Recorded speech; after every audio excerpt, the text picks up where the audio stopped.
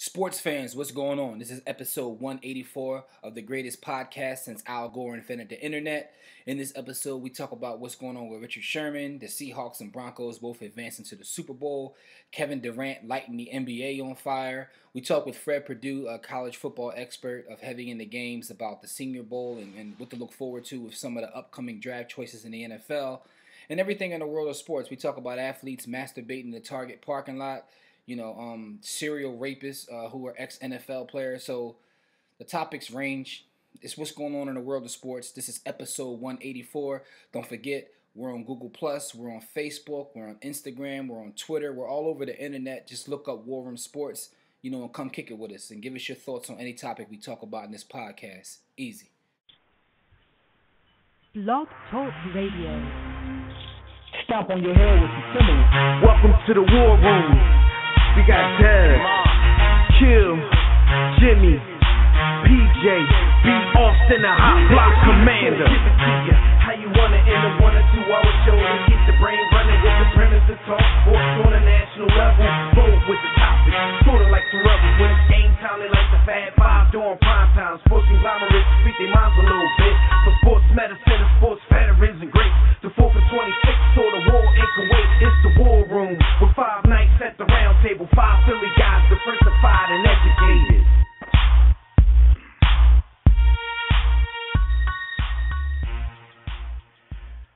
What up, War Room world? Welcome back to the mothership. You are once again live in the War Room, brought to you by War Room Sports. I'm Devin McMillan, and I'm joined by the Blueprint, Jimmy Williams, the HBC, B. Austin, and the Doc, Nikhil Bayon. Our Super Bowl coverage starts today, and we'll give you our initial thoughts on the big game after we give out our season awards. But before we do that, we got plenty more for you, so make sure you join us right now in the JW Philly Realty chat room at blogtalkradio.com/The War Room, or join us on Facebook or Twitter at War Room Sports so you can join in the conversations. You can also call us directly in about 30 minutes when we open up the Digital Extreme Tech hotline. That number is 323-410-0012. Make sure you call in, get your voice heard. Listeners, during the week, make sure you take some time to hear more great sports talk from some of our partners. Be sure to check out Roy and Chris on the Broad Street line every Tuesday at 6 p.m. Eastern Time on Blog Talk Radio. And check our boy Brandon Pemberton out on Sports Trap Radio every Thursday afternoon from noon to 2, right here also on Blog Talk Radio. He's on the Sports Chronicles Network. In addition, don't forget to catch us in syndication 3 times on Fridays on newviberadio.com. That's 7 a.m., 1 p.m., and 7 p.m. Eastern Time, and on Sundays and Tuesdays at 3 p.m. Eastern Time on fatsradio.com. The Super Bowl is upon us, gentlemen. Y'all looking forward to this game? I know Jimmy's looking forward to this game. Let's go. Yo, no comment, man. I'm gonna save my enthusiasm and my excitement. Man. Omaha, hurry. Yeah, I'm Montana Fat Man. I'm definitely looking forward to it.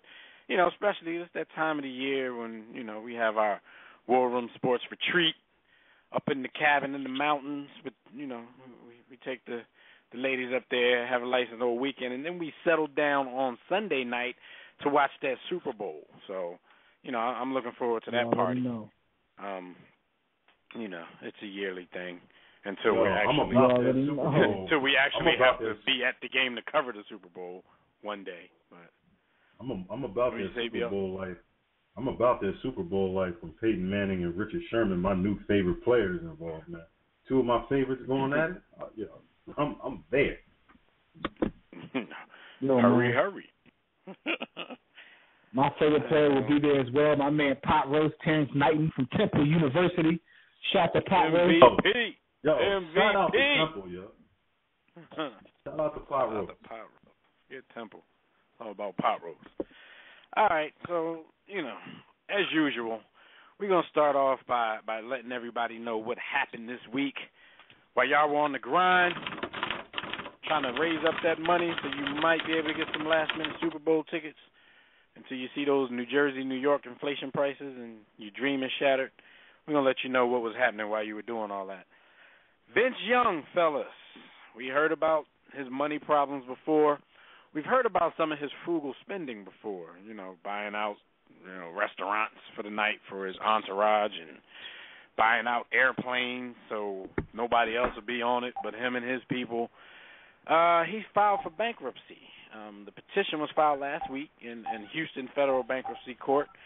They said his estimated assets, was between $500K and $1 million, and his liabilities are between $1 million and $10 million.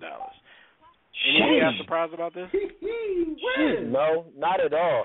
First thing I thought about was what you alluded to, the Cheesecake Factory, like $3,000, $4,000 bills, and then buying out all the seats on a plane just so him and his homies and entourage could fly.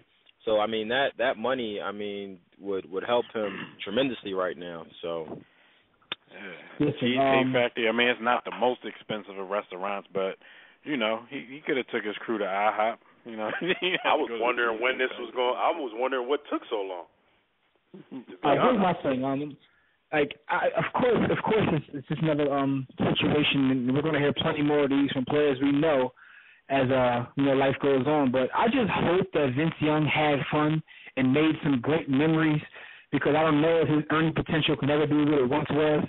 So let's just hope that he had fun and made some great memories that'll last a lifetime, because he'll never make the money he made, coming into the league. It's sad because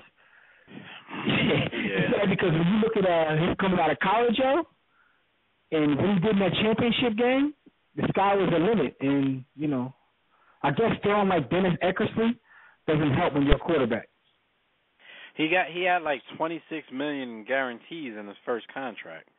And also they're saying this whole thing is stemming from 2 lawsuits that he's fighting, stemming from a $1.8 million loan that he got during the NFL lockout.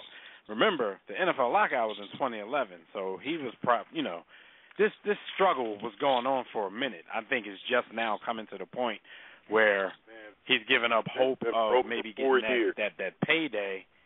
He's given up hope of getting that payday, and now he's finally just had to go ahead and file bankruptcy. I mean, it's never a pleasant situation. So I'm not going to make light of the dude, but it is something that we probably did expect, like B. Austin said. It's crazy. I mean, we kind of knew, because he seemed like the dude at one point who didn't have the commitment to the game, and then all of a sudden, he was back looking for teams, saying all the right things, and we all mentioned it back then. Like, and we were kind of in jest then saying he must have money problems because he seems really pressed to make a roster all of a sudden, and look where he is now. So it's crazy. All right, man. So I don't know. Well, was that a JoJo nominee, Jimmy? I mean, he did buy out the Cheesecake Factory and some commercial airlines. Yeah, he definitely did. So you kind of put yourself in that position. Like, he's been a JoJo award nominee in the past. Guarantees. Yeah, I mean, I think he's a JoJo award nominee just for the same stuff. The same stuff that he was nominated for in the past has come back around full circle to really bite him in the ass. So I think. Okay, well, in that case, Vince Young. You should be ashamed of yourself, the way you carry yourself. Yo, that little clip, that snippet is so shameful. Like the way you carry yourself. That's so shameful. Like if somebody said that to you, like you just put your head down and be like, dang. Like I never want to hear those words from anybody. Like, yo, the way you carry yourself. Real quick, gentlemen, I want to talk to the future aspiring quarterbacks, athletic quarterbacks. I'm not going to name any ethnicities because we got a lot of athletic quarterbacks of different ethnicities. Man, if you don't learn the game, the nuances of the game from a cerebral standpoint and intellectual perspective, one day you're not going to be able to run a 4.5. You're not going to be able to evade the rush. You got to learn how to make your reads, make your throws, and be accurate, man. If not, you ain't going to have it. Yo, wasn't it just last year where he said Dream Team? Like, he went from last offseason saying Dream Team to now out the league and bankrupt. That's a hurt piece. Dream Team. The team that you wasn't really a part of that. You're the backup. All right, anyway, let's move on. this one, man, quite shocking when I heard it and dropped a little, late last week. Of course, former defensive back Darren Sharper, he was arrested in L.A. on suspicion of rape, but he's being investigated in connection with 3 different sexual assaults. He was booked and released back on Friday, like $200,000 bail. Yo, what's the deal with Darren Sharper? Like, 3 sexual assault cases? Seriously? Yeah, that's I mean, the thing about it, from his reputation, you would have thought that he was a pretty good dude in the community and, pretty mature in the locker room with his teammates. So to have these situations come up, I mean, I hope they're not true, but, if they are, it's pretty bad.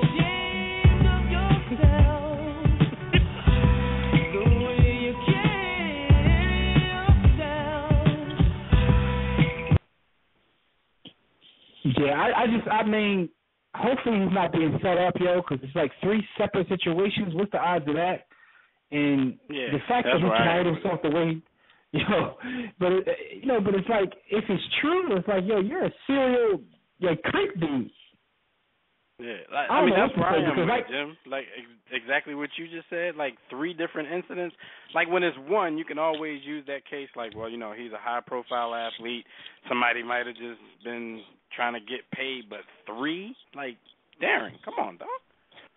Yo, unless Olivia Benson said he did it, I really don't believe it, but at the end of the day, man, you never know, man. You can't judge a book by its cover. Like Kill said, he came off as such like a, well-mannered guy, an articulate guy. And, I don't know, man. But then again, he's a football player. All them blades to the head, and he could have had Roy Rich.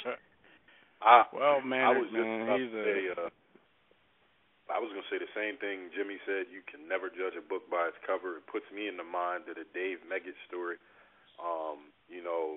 Somebody that's always flashing a smile you think is a personable person, but we just don't know what goes on in the mind of these dudes. I mean, far be it from me to judge, how this brother looks or what his charisma level is, but I've seen him getting box offerings on Twitter, so why you got to take it, fam? I mean, that's what I'm thinking. Like, Dave Meggett, he's kind of a troll. I mean, Darren Sharper, keep it real, he's not a bad-looking dude. He got money. He's a football player. He's out there in the public. Yo, you can't get boxed without taking it. I don't get it. I hope it's not true, man. I hope it's not true. Because, like Austin said, I know a whole lot of chicks that would give it to you for free, with no fight. Must like a challenge. Yeah, the thing is, I've been on Twitter, so I can, I know what B. Austin's talking about. You know what I mean? Like, in the offerings he get, yo. That's probably how it happened, though. He probably tried to pick somebody up, and they set his dumb ass up. Hey, B. Austin, that's your man, Darion Charpier. Remember he introduced himself like that for a Monday night game or something? Whatever night that is where they do their own introductions. Yeah, that's Darion Charpier. Laughed after it. With the little corny, nervous laugh afterwards because he knew it was corny. All right, so we got that. That has to be another nominee. Jimmy already gave him his nomination. Let's go on to another one. I'm pretty sure Jimmy will nominate this brother as well. Kellen Winslow. This dude, the soldier. He was arrested in New York a few months ago. Was it a few months ago? I'm not sure exactly when it was. But he was basically arrested with possession of synthetic marijuana. But the reasons that the cops came was because a woman called and told them that Kellen Winslow was in his Escalade masturbating. I think it was like a Target parking lot or something. She pulled up next to him. His window was halfway down, so when she got out the car, she spoke to him like, yeah, it's pretty cold out here. And he just agreed, and she looked in there, and the dude had his pants down. He had Vaseline in his hand or something like that. Yeah, and the cops came looking for this stuff. They found Vaseline in his car, but then, they found the synthetic marijuana, so that's what they ended up arresting him for. But, what's with your man?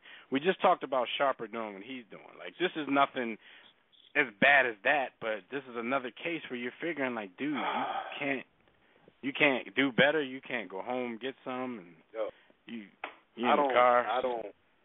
This story is perplexing and confusing. And yes, those two words have the same function, but it's perplexing and confusing. I don't really know what this. I'm like, your life from the out. This just goes to show you, man. You can't believe just because these professional athletes are professional athletes. They have Myras chasing after them, and just a lot of these dudes this morning. Man, listen, groupies, come on, just check for the war room, man. Leave these athletes alone. Yo, my thing is this, man. He told the cops, Jimmy, he was lost looking for Boston Market, so you decided to pull over and whack off. He was choking his chicken, saying he was looking for some chicken. That's horrible. What is wrong? Yo, my thing is, man, first off, man, and I ain't trying to sound rude, yo, but yams don't even cost that much, so this chick's out, never mind. But, yo, like, in the parking lot, though, B, like, yo, what did the chick look like that he was like, you know what, like, yo, I'm not going to judge that man for rubbing one out, but in the parking lot, though? He's in the parking lot, though, that's what I'm saying. You can go home. Come on, sure. Even if you didn't think you were going to be with the Jets that long, you still got a nice apartment, hotel room, something to go home to. He embarrassed his pop, yo. He embarrassed his pop. That's what I thought about. That's what I thought about. Man, doing that in a parking lot, doing that, we don't care nothing about embarrassed at you? But Jimmy, the thing I'm thinking, like doing something like that in a parking lot, it has whole other implications to it. It makes you look that much creepier. What you do in the privacy of your own home, that's fine, but you're in a parking lot with your window half down with 2 jars of Vaseline out in the center console, speaking to people who are speaking to you while you got your chicken in your hand. Like, my man said he parking lot pimping, yo. I just want to. He said he's looking for Boston Market, though. Yo, is that the code word? Your code word for yams now is Boston Market? I want to Boston Market. Really admonish Kellen Winslow Sr. because we at War Room Sports, we got the War Room Sports Big Brothers and Surrogate Pop program, and that's really only to be used by dudes whose pop has been absent. Now, I don't know what role you played in Kellen Jr.'s life, but he's got a history of things that would indicate that you weren't there or on your dean or on your job, man. My man is out in the parking lot with gasoline, he was out playing football. Fake he was weed. Busy, man. Look, and he the type of dude, he's smoking fake weed. Like, where they do that? I mean, I don't, Yo, that could kill you. It's about the you, man. Yo, they said once they were in his vehicle, the police noticed 8 packages of quote-unquote Mr. Happy, 5 bottles of quote-unquote Funky Monkey. Listen, 8 packages of Mr. Happy, 5 bottles of Funky Monkey, and 1 empty plastic bag of K2 XXX, all synthetic forms of marijuana, plus the 2 Vaseline jars. Oh, my God. Yo, the story gets worse. It just gets worse and worse. Like, they said when they pulled up on him, they said he was slouched down in his seat and moving around, but he was wearing dark sweatpants and his genitals weren't exposed when they got there. Because when he saw it, he was moving around because he was putting it away. What is wrong with this? Yo, I hate him, yo. So that's funny because I don't know what to say. Not even about what he got. The story is too weird. Yo, I don't know what to say. Yo, he's making our jobs difficult. How we supposed to report on this? Like, what are we supposed to say? You were smoking. Listen, they don't give a freaking, you know what, about you. They will kill you. They're out there to kill you. So I'm going to kill them. You write that in the paper. You write that. You make money off that. Now we got something right about the paper. Well, Crazy. I don't know what to say, B. Elson. I know exactly what to say. You should be ashamed of yourself. The way you carry yourself. All right, man. Last story on the crime. this is something that happened up in Tacoma, Washington, and we all know that's it's near Seattle, so this is Seahawks land. A teenager up in Tacoma, Washington, he worked at this place called Odyssey One, which is a family entertainment center. I don't really know what that is. That don't sound too kosher.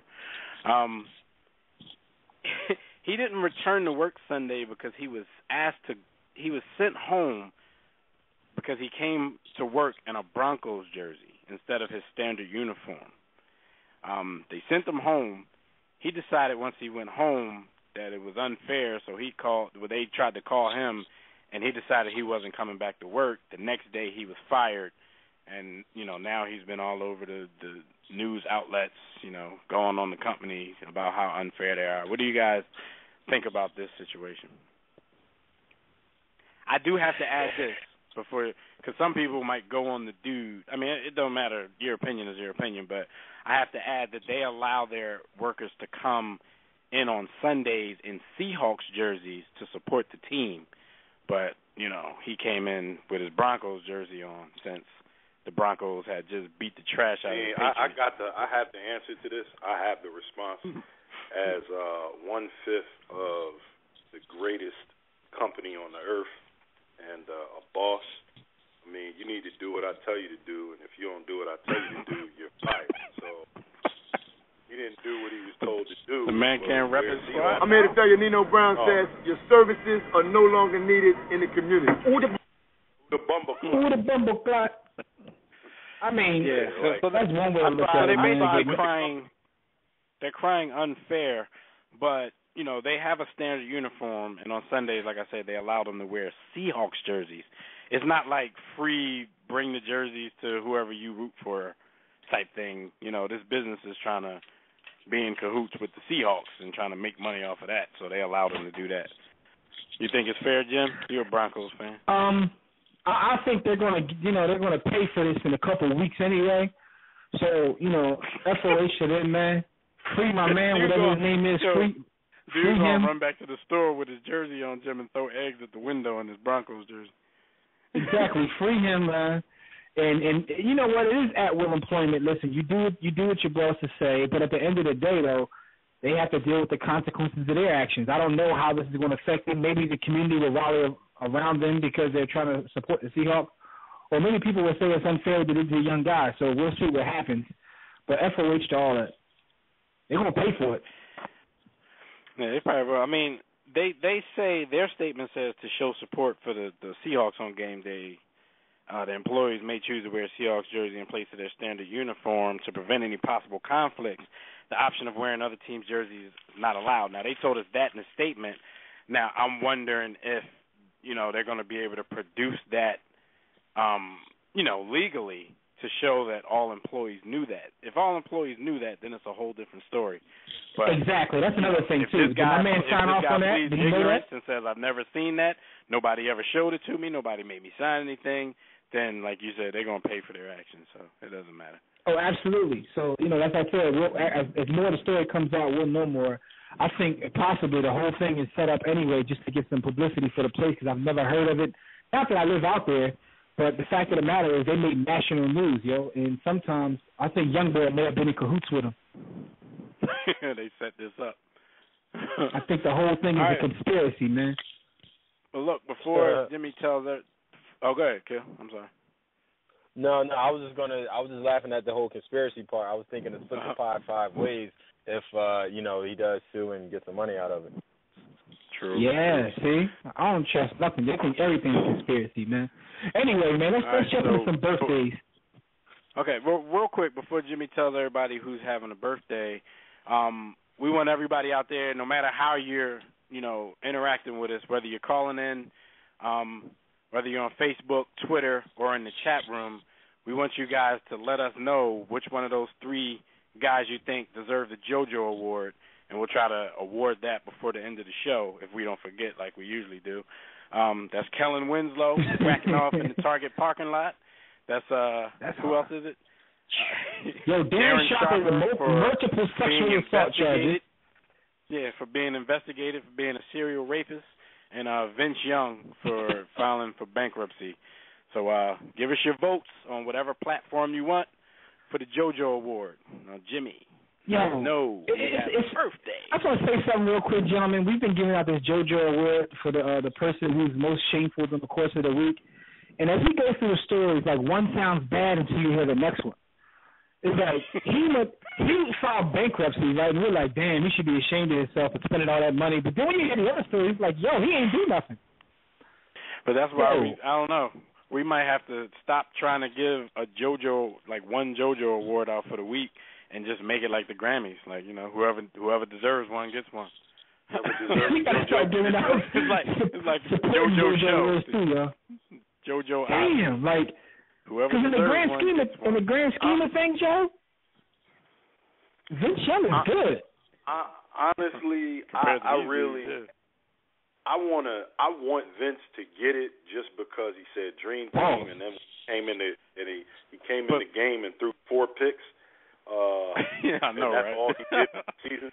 That's all he did for the season. But to be honest, his isn't even in the same category as and not to be rude, Austin, but his wasn't anything that we didn't expect. I don't expect Darren Sharper to be running around cereal taking boxes. And I don't expect any of these dudes to be in Target parking lots looking like a pedophile. Like I don't get it. So yeah, he's not in the same league as these dudes, man. But Jimmy, my man Kellen Winslow is out looking for Arnold and Dudley. Anyway, let's talk about some birthdays. And the birthdays are brought to you by Dr. Monique Roll of Alexandria Podiatry Associates. For the best and comprehensive treatment of injuries to the foot, ankle, and lower extremities, visit Dr. Monique Roll of Alexandria Podiatry Associates. Treating patients in the D.C., Maryland, and Virginia area and beyond. Visit www.alexandriapodiatry.org or call 703-379-0700. And don't forget, tell them War Room Sports sent you. Let's get some birthday shout-outs, gentlemen. Absolute. Sports figures who are celebrating a birthday. Let's talk about one of the Flight brothers. Larry Hughes turns 35. Until he embarrassed Old City in the dunk contest. Tanya Harding turns 42, who will always be tied to Nancy Kerrigan. She turns 42. They just had a documentary. They had a 30 for 30. Yeah, I saw that. It was pretty good. It was pretty good. She definitely a thug. Why? Baby, because I'm a thug. Eric Metcalf turns 46, the great running back, kick returner, wide receiver. And B. Austin and Kills, homie, Haywood Workman turns 48. Yo, that was one of my favorite bums ever. He a ref. Yeah, he went hard. And he worked into an NBA ref. He an NBA ref now. Yeah. Yo, Haywood Workman. B. Austin has a thing for certain bums. B. Austin, let me ask you a question. Who is your favorite bum of all time? Let's get back to that later on in the show. That's a strong. I got a lot of Anthony Carter and Vashawn Leonard. Vashawn Leonard. Yeah. He also used to tout Anthony Carter. Yeah, he's still taking up with Vashawn Leonard. He said he's not the bum. He's in denial still. Anthony Carter don't even run like he an athlete. He looks awful. He was holding AI down on the defensive end. Yeah, but at any rate, man, Doug, tell everybody how to get in touch with us. Kevin Ollie, shout out to those dudes, including Tanya, on their birthdays. All right, look, y'all can check out our website, warroomsports.com. While you're there, be sure to sign up for the War Report. That's our weekly newsletter. Click on the Contact Us tab to send a message about our company, our show, and inquire about sponsorship and advertising opportunities. Don't miss the boat. For general inquiries, email us, info@warroomsports.com. While you're browsing the site, browse the site. Click on the memorabilia tab, buy War Room Sports merchandise, click the blog tab, read some blogs, click the respective icons to like our Facebook page, follow us on Twitter, subscribe to our iTunes podcast, download our free War Room Sports mobile app so you can do everything right there on your device, and watch our videos at WarRoomSportsTV.com. Join the JW Philly Realty chat room right now during the show at blogtalkradio.com/The War Room. To enter the chat room, just sign up for a free profile on Blog Talk Radio. If you don't want to do that, you can sign in through your Facebook or Twitter accounts, and while you're at it, click follow. Make sure you get updates and reminders about the show every week. We'll be taking questions, reading posts from Facebook, Twitter, and the chat room during the show. To call in and speak with us, dial the Digital Extreme Technologies hotline at 323-410-0012. Press 1 when prompted. If you're already listening from your phone, just press 1 if you want to talk. Now, in a couple of minutes, we're going to get Fred Perdue on the line, our college football expert, to talk about the Senior Bowl practices in the Senior Bowl week that's been going on. But before we do that, fellas, let's jump into some hot topics. Actually, we have one hot topic before we get to Fred. And Jimmy, hot topics are brought to you by Audible. Excuse me. If your schedule is too hectic to read as much as you want, try audiobooks and kick back and let someone else do the reading for you. Visit audibletrial.com/warroomsports. Listen, this is like my favorite sponsor, which is why I'm telling you about Audible. I just finished that Dr. J book when Dr. J talked about all kinds of interesting things, to say the least. But listen, man, Audible is the best thing for someone who's into books and likes to read. I know a lot of people like watching movies and TV shows, but a lot of these movies and TV shows are, based on books, and the books are always better. Always better. I'm getting ready to read, or should I say listen to, the Game of Thrones, but just check out audibletrial.com/warroomsports, and what happens when you use that link is we set it up so you can actually get a free book and try out Audible to see if you like it. If you don't like it, oh well. If you do like it, continue with the service, and, step your reading game up. audibletrial.com/warroomsports. No doubt. All right, real quick before we get Fred on the line, I just wanted to talk to you guys about one thing, because we came across this story during the week, and it's an NHL story, and it's about how much money the league has paid in the past 3 seasons to injured players. A study was conducted by Dr. Michael Cusimano. He and a group of researchers at Toronto St. Michael's Hospital released this independent study that estimated player injuries cost the NHL $200 million per season. The way they did the study was to take the last 3 seasons, and they've come up with a number of $653 million paid to injured players during that span. And, of course, the hockey just came off of another lockout, another work stoppage. What can be done? Can anything be done to combat this? Because hockey is already talking about increasing ticket prices and stuff like this, and I think, a lot of this wasteful spending, which you may not be able to do anything about, is the cause of it. They're losing money, so they have to do what they have to do to try to recoup. What do you guys think? And every time we talk about the NHL and it has something to do with finance, I go back to that show where we all seem to agree that NHL had the best business model, but they've been locking out the most, and then they have problems like this.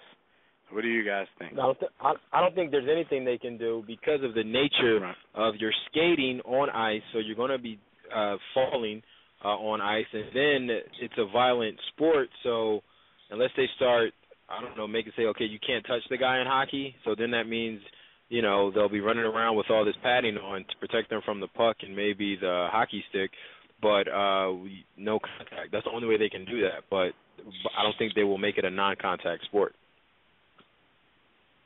Waivers. Oh, no,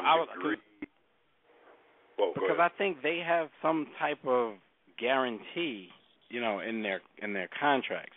I don't think it's the same type of guaranteed contracts that you get in basketball and baseball, but that could be the problem. Everybody kind of complains. Fans complain about football players and how the NFL doesn't give out guaranteed contracts, but they're not really sitting back to wonder why that is. The game is such a violent game, you can't give out guaranteed contracts because they would have a bigger problem than hockey's having right now with paying grip of money out to people who aren't even on the field.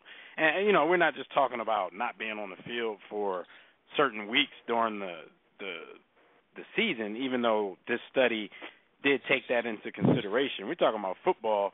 You know, a lot of these dudes, your career could be over, you know, and if it was like basketball and baseball, you'd be paying a guy 4 and 5 years while he's sitting there retired. So football is such a violent game, you can't give out guaranteed contracts.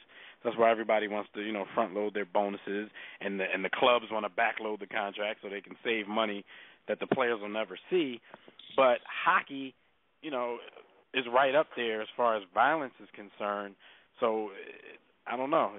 I think it all has something to do with however they guarantee these contracts. I'm actually trying to look it up now. What do you guys? What's up, Bill? It's safe to say that these dudes are spending somewhere on a rate. Well, at this point, at a rate of $2 billion a decade in injury settlements. There's no way that NHL is functioning in the black. Not with a cost like that over their heads, and the sport kind of being lukewarm in terms of popularity. I couldn't tell you who the biggest hockey star is outside of, you know, Ovechkin and Sidney Crosby. I don't even know anyone else in the sport. And so, you know, I'm like, I feel bad for them because I think that hockey is a beautiful sport. I think that it's one that could still ascend and gain more fans, more popularity because it's a beautiful sport. But it's like the injury bug and what they're paying, they have to make players sign waivers, like some sort of waiver, some sort of schedule of payments for certain types of injuries. I don't know. But I mean, they keep going to work stoppages, so it's probably something that the players' union won't stand for. So I mean, I'm pretty sure they would have tried this already, you know, if it was even possible. But I am reading that they are guaranteed to a certain extent. They have a buyout provision that prevents the contracts from all being 100% guaranteed, but for the most part they are. So, you know, basically if you release a player, you know, you still have to pay that player. Listen to this. I mean, hockey at this point has become a niche sport in this country. If I asked you, D. Austin, who won the Stanley Cup last year, would you know the answer? Of course not. Okay, how about you, Doc? Do you know who won the Stanley Cup last year? The Blackhawks. Exactly. I mean, I don't even know the answer. So that's the funny thing. I'm asking you, and I don't know the answer. But that's my point. My point is, it's really a niche sport. Those that love hockey. But for the masses, it's nowhere near as popular as it was years ago when you had a Mario Lemieux or Wayne Gretzky. And the thing is, you still have star players, but through all the work stoppages and the bad TV deals and things like that, I mean, the sport is just not as popular as it once was. And this can only hurt. When you look at all sports, whether it be football or hockey, everybody is bigger, stronger, faster. And these collisions, there's really no way to kind of like do anything about this. You can get them to sign waivers, but the fact of the matter is there's going to be injuries. There's going to be health issues. So when you sign to play these sports these days, basically you're literally putting your life on the line to try to put food on your family. See how I combine the two? Food? Never mind. But that's pretty much what it is at this point. What it is, you know, you're going to give up possibly some of your life on the back end to take care of your family in the, you know, long term. So I feel sad for a lot of these hockey players because you're not going to – they can't live fulfilling lives when they're barely walking. They don't remember even playing in the league. You know, it's a sad situation. And we're going to see the same thing in football as well. I don't know how you make these games safe. These games are violent by nature. And the reason we love, like, certain sports is because of the violence. Yeah. So, I mean, they got themselves a definite problem on their hands. Football, the number probably wouldn't be this diesel just because we do know if an injury is serious enough and you're not important enough to the team, you're gone. But, you know, they'll probably have a diesel number, too, just because there's so many games missed in the NFL. And I'm sure this study, like I said, took account of just games missed by every injured player, you know, when they were still receiving a paycheck. But it's an interesting study, and it makes you think. It's all about what side of the line you fall on. I mean, and I don't really care. I just like to look at things from both perspectives, and I understand why, certain leagues like the NFL don't give guaranteed contracts when, fans are just out there screaming, pay the man, and they should be guaranteed and stuff like that. Well, I mean, at the end of the day, they say pay everybody. They think everybody should get max money and all that. And, I'm with people getting money. But at the end of the day, man, you're getting paid for a service. And if you don't like what you're getting paid, then, go provide the service to somebody else. It's just the Blackhawks beat the Boston Bruins 4-2. Oh, yeah. So Chicago 4-2. And Gilwin looked it up. You was right. You said it. But I guarantee you, Buffalo, who won the Super Bowl last year, who won the Super Bowl last year in the NBA Finals without having to look it up, or that's what it is. Even the World Series. You got your diehard NHLers out there, though. I could have just. No, they do. They have diehard, and they have a big enough fan base to sustain themselves. Yeah, hockey is struggling with the casual fan right now. You know what I'm saying? They got their diehards, but after that, it's kind of difficult. But look. Let's go to some NFL prospects. Let's go to college football and get our man Fred Perdue on the line from HeavyInTheGames.com to talk about the activities surrounding the Senior Bowl. Fred, you on the line? What's going on, bro? How you guys doing? Pretty good. Fred Perdue, the New England Patriot fan, 26-16. That's all. Go ahead, you got it. Here y'all go. I was going to be nice today. I'm not saying anything else. I'm gonna leave you alone, man. Hurry. All right, so give us the scoop. What's going on? Who's looking good down there? Who's not? Give us your scoop. Well, the Senior Bowl has been an event that everyone looks forward to in the scouting community. A lot of great players year in and year out. Every year, there's always that one guy that always goes and he always makes himself some money.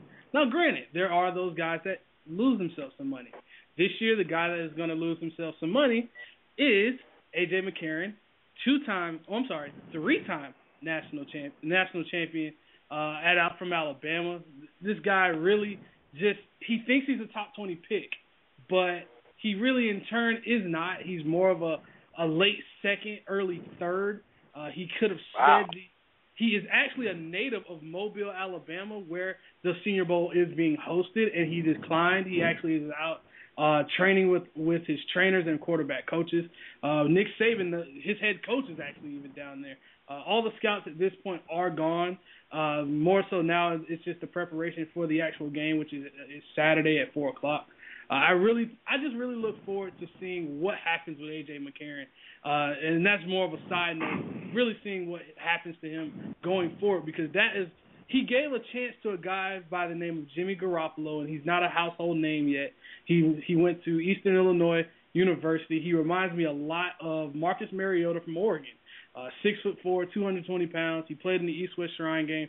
Really like his arm. Has a very good feel for the pocket. Learned 2 different offenses in 2 different weeks, and he struggled a little bit on the first day. That's expected, but he really came in and showed that he is a possible second-round pick when many thought before this week and the Shrine Bowl week last week that he would be a 5th or 6th round pick, just a developmental guy that had a lot of talent. Now we see he is exactly what you want in the NFL now, that quarterback that can be that dual threat but more of a passer more than a runner.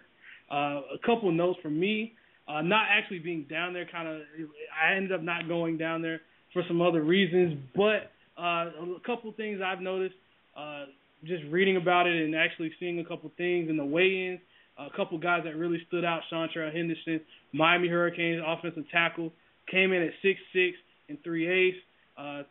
He had an 85-inch wingspan. As an offensive tackle, that is big.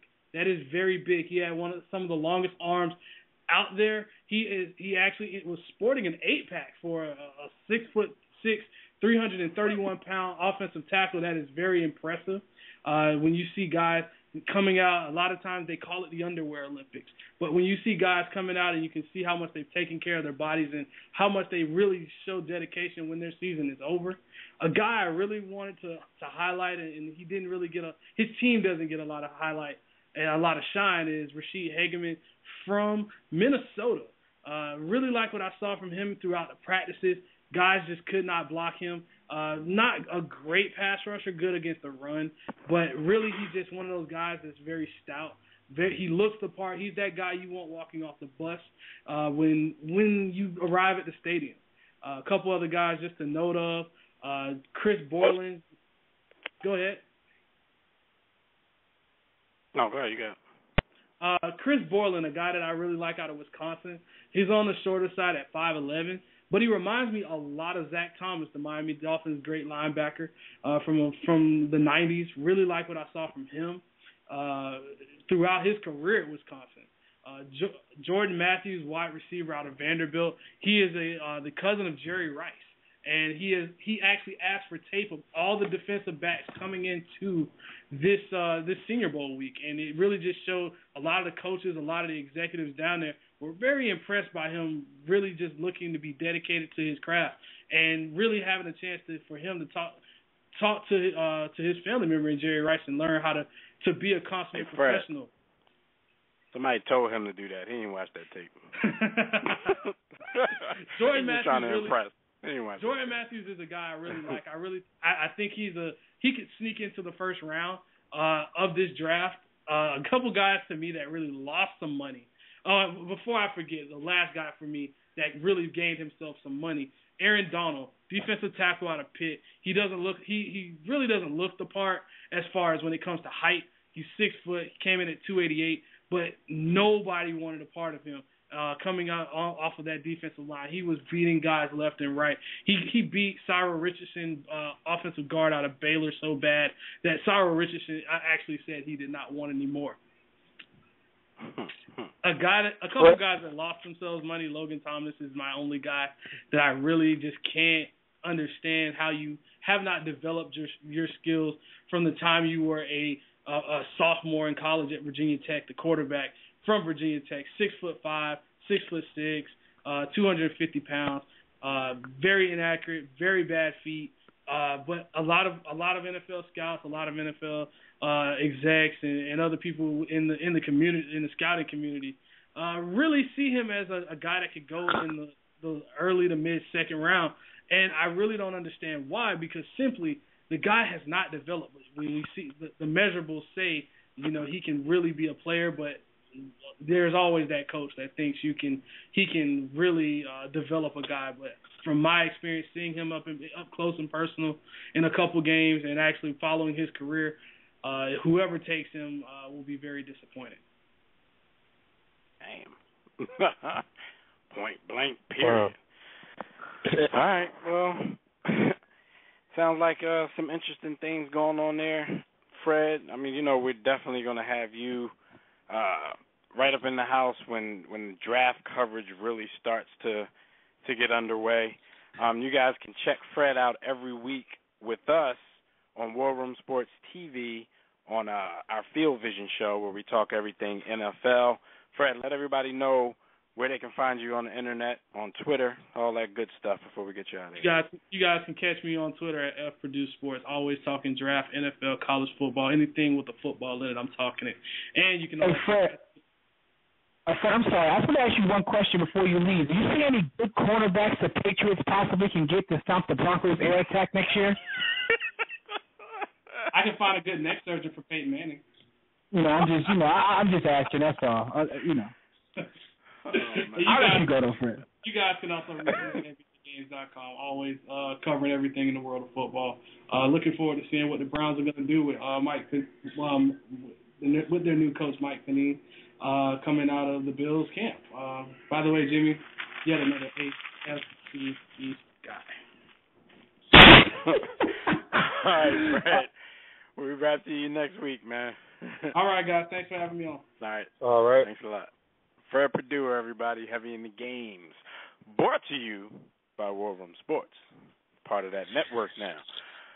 Yeah. Jimmy, what's going on in the NBA, brother? What's going on in Let's talk basketball. It's my favorite sport.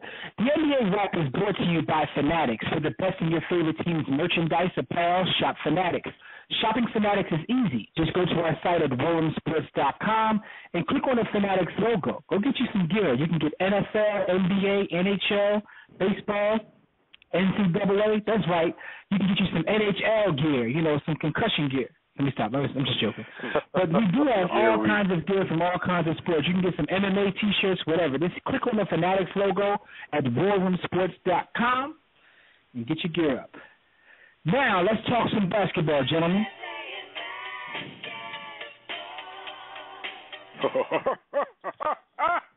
Curtis Blow bars were weak. With that being said, though, the NBA Players of the Week, in the Eastern Conference, you have Paul George, that amazing dunk. And in the Western Conference, we have Kevin Durant, who is lighting the entire league on fire. Dev, do you have the statistics from last week? Yes, sir. Paul George and the Pacers went 3-0 last week. All of their victories were at home. He averaged 30.7 points per game. He was balling throughout the week. He also had, I think he shot like 82 from not from the foul line, but that's not important. I didn't mean to tell y'all that. He was balling last week. Durant, 3-1 week with the Thunder last week. They won over the Rockets, Golden State, and Sacramento. He averaged almost 9 points more than Paul George. He averaged 39.3 points, 6.5 assists, and 4.8 rebounds. He had 54 points against the Warriors. He's running away with the scoring title at 30.6 points per game. And if you count the Spurs game on Wednesday night, he now has 30-plus points in his last 11 games. He has 46 points or more in 4 out of his last 11 games. Kevin Durant has lit a match and put something flammable in it because he has lit the league on fire. So shout out to those two brothers for winning NBA Player of the Week awards. Yeah, man. I mean, what Kevin Durant is doing right now is like I think you mentioned it on Court Vision. It's sort of like that run Kobe went on, or Bernard King when he put up 2 50-point games back-to-back. Like, Kevin Durant is putting up historical numbers. I joked yesterday that it seems like Kevin Durant is playing with a red, white, and blue ball because he's putting up ABA numbers, yo. And the thing is, when you go and talk sports on the internet and you see people in the different pages or what have you, the argument now is Kevin Durant past LeBron in terms of being the best player. I mean, it's a legitimate argument. Some people already thought he was a better player than LeBron, but with a performance like this, I just have to put it out on the floor. I'm not saying I agree with that because honestly I don't. But I want to hear what you got. I want to hear what you guys have to say about that, especially you, Doc Bay, because you didn't weigh in on Court Vision. What is your actual opinion of how Durant is playing, and where is he compared to LeBron James? Man, I think it's close, but it's not there yet because of what LeBron can do on the defensive end, covering so much ground, 94 feet, and like the fact that he can shut down like Derrick Rose, and then he can guard power forwards and come in with blocks. But Kevin Durant definitely has the better offensive game. But the interesting thing is, Durant's averaging 8 rebounds this year, close to 5 assists. LeBron's at about 6.7 rebounds and about 6 assists. So in that regard, they're close. But also Kevin Durant is better in clutch and has a much better jump shot. So you can make the argument, but I would still give LeBron the edge because of LeBron's physical presence, kind of way like Shaq and Wilt had just great physical presence on the court. That's why I'll give LeBron the edge. But, maybe in a couple years, the number one spot is there for the taking for Durant. Okay, what about you, Dan? My thing, I think right now, Kevin Durant is definitely the front runner for this year's MVP. I heard a few people say that, well, they might give it to somebody anyway just because of voter fatigue. They're tired of seeing LeBron get it.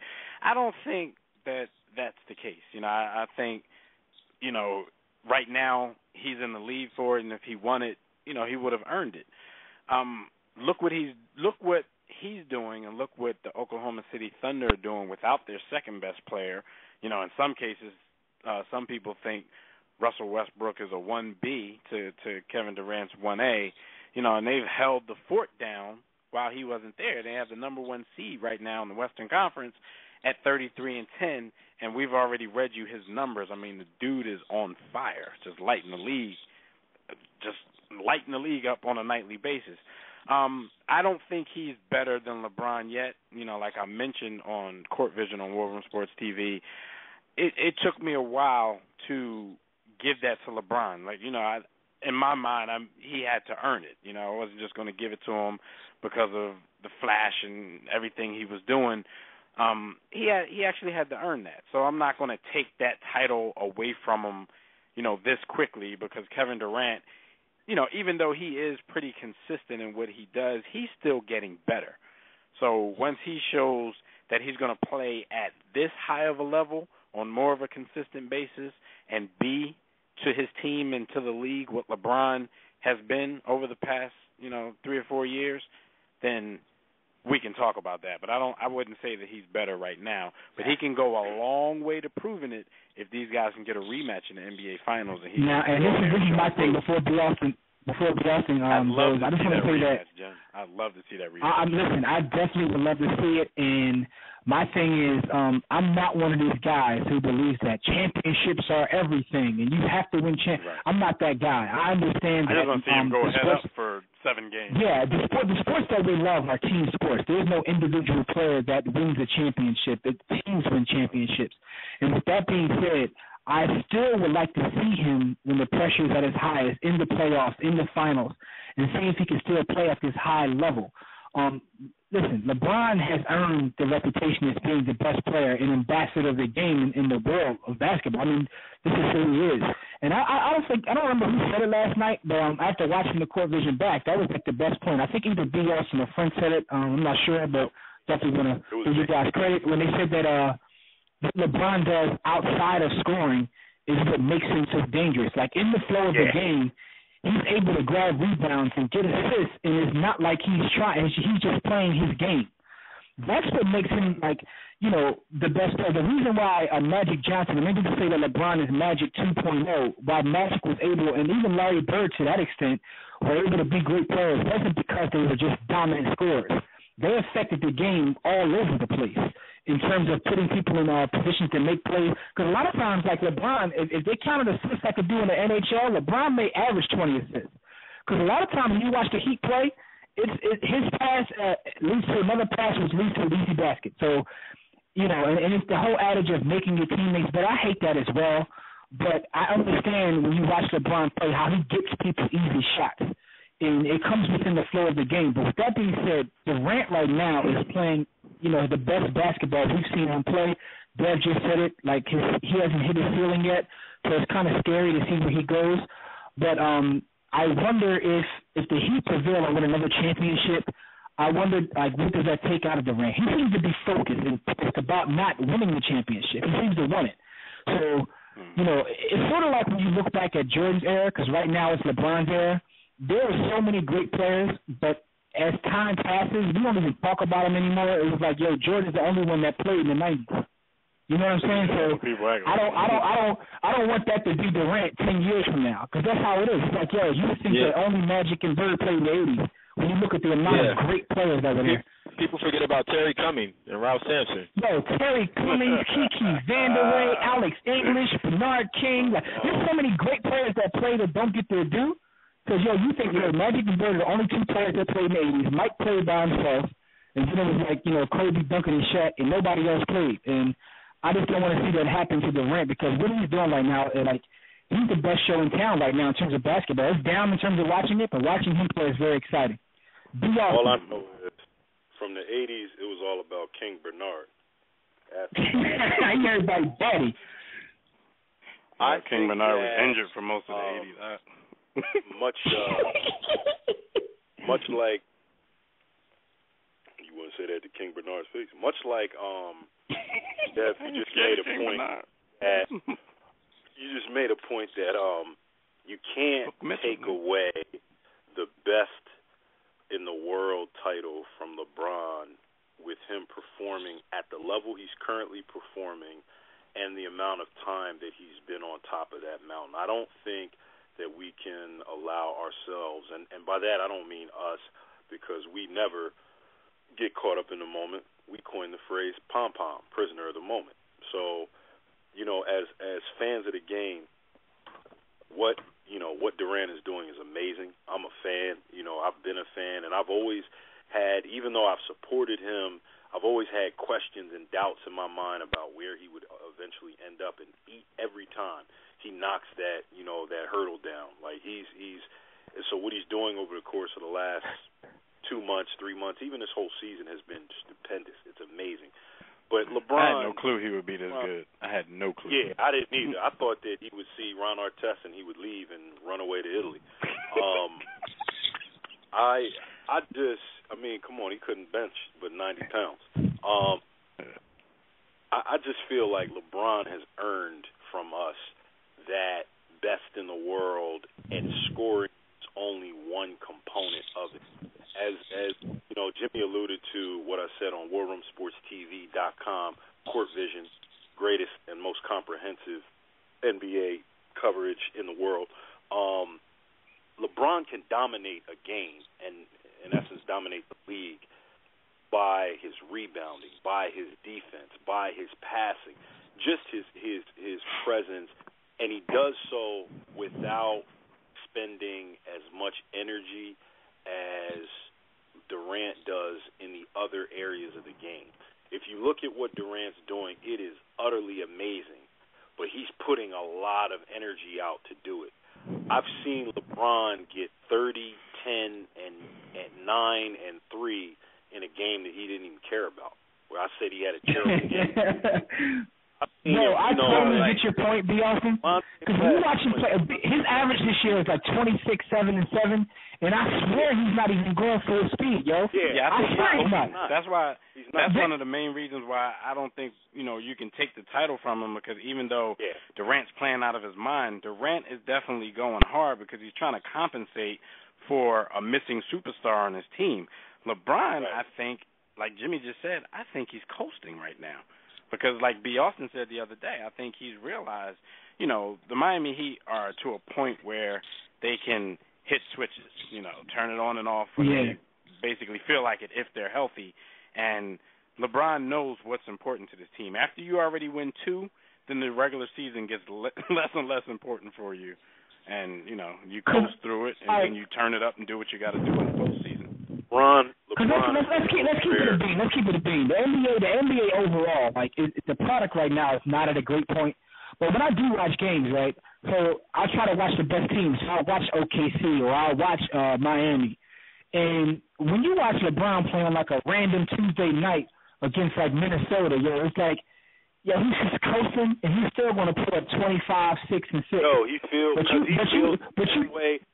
he feels the same way about that game as you do about watching a bum squad. He's just like, But here's the thing, though. You notice when the Pacers come to town, he turns that switch on. So I agree with Dad that he's a veteran now. He's about 10 years in, and he recognizes that, listen, it's like a marathon. So I got to conserve some energy for the playoffs because, at this point, LeBron is already a Hall of Famer. He's an NBA legend at this point. Let's be real. So at this point, he's just adding to his legacy. So he's about when trying when you've already conquered what you already climbed that mountain. You already got 2. At this point, there's nothing to prove in the regular season except for to do enough to get some great positioning, and it's time to turn it up. The crazy part is, I'm not trying to turn this into a LeBron Blumpkin fest. But we talk about how we didn't know that Durant would be that great. But, listen, we knew that LeBron had all the hype, but he's kind of exceeded or at least lived up to expectations, which were out of control to begin with. You know what I mean? So, the only thing about LeBron is they told us he was going to be this good. So, whoever I know that, but they told us that about a lot. No, I'm just saying. That's what I'm saying. Because they told me, I was waiting for them to fail. This time, they actually knew what the hell they were talking about this time. Yeah, that's my point. My point is, people said he would be good, but I just didn't see him being this good. I get your point. But the fact that they built LeBron like that is why I was waiting for him to fail. He was supposed to be good.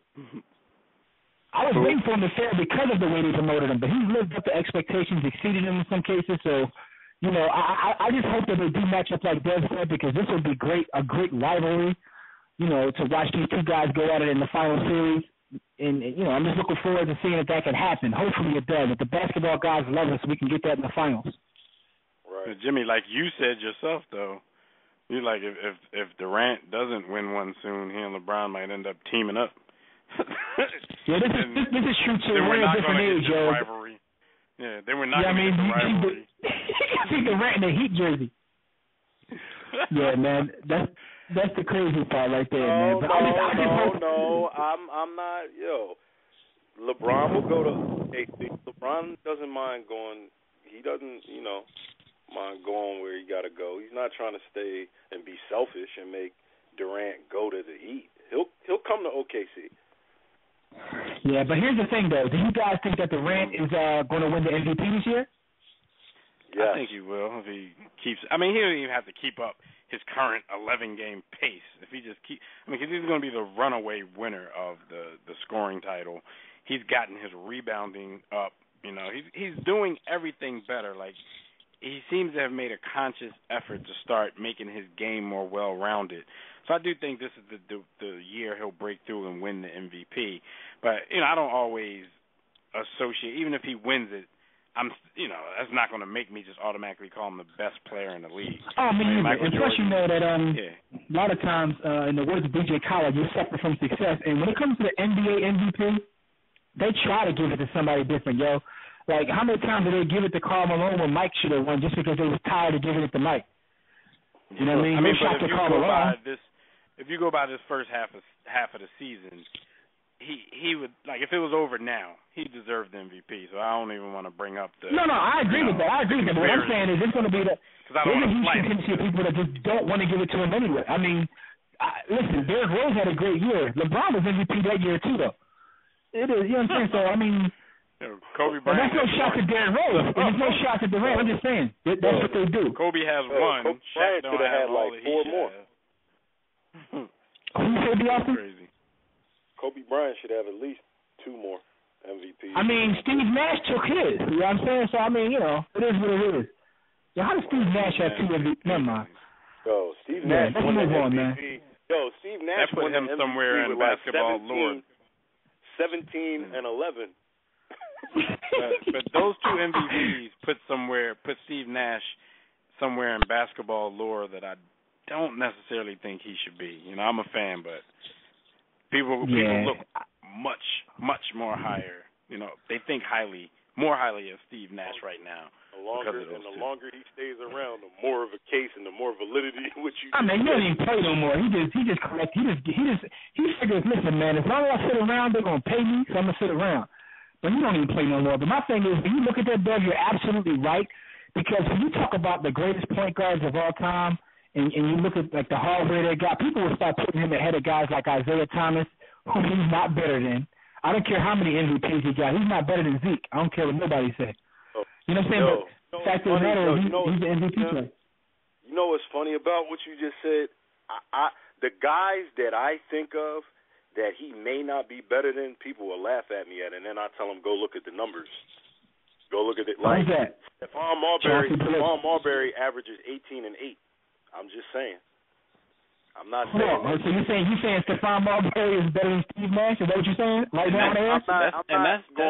after, and that's even after some fall off years for Steph. Yeah, I'm not saying that he's better, but I am saying if I'm picking up a squad, I'm picking Steph over Steve Nash. All right, who else? Give me one more name. You said you got a couple names.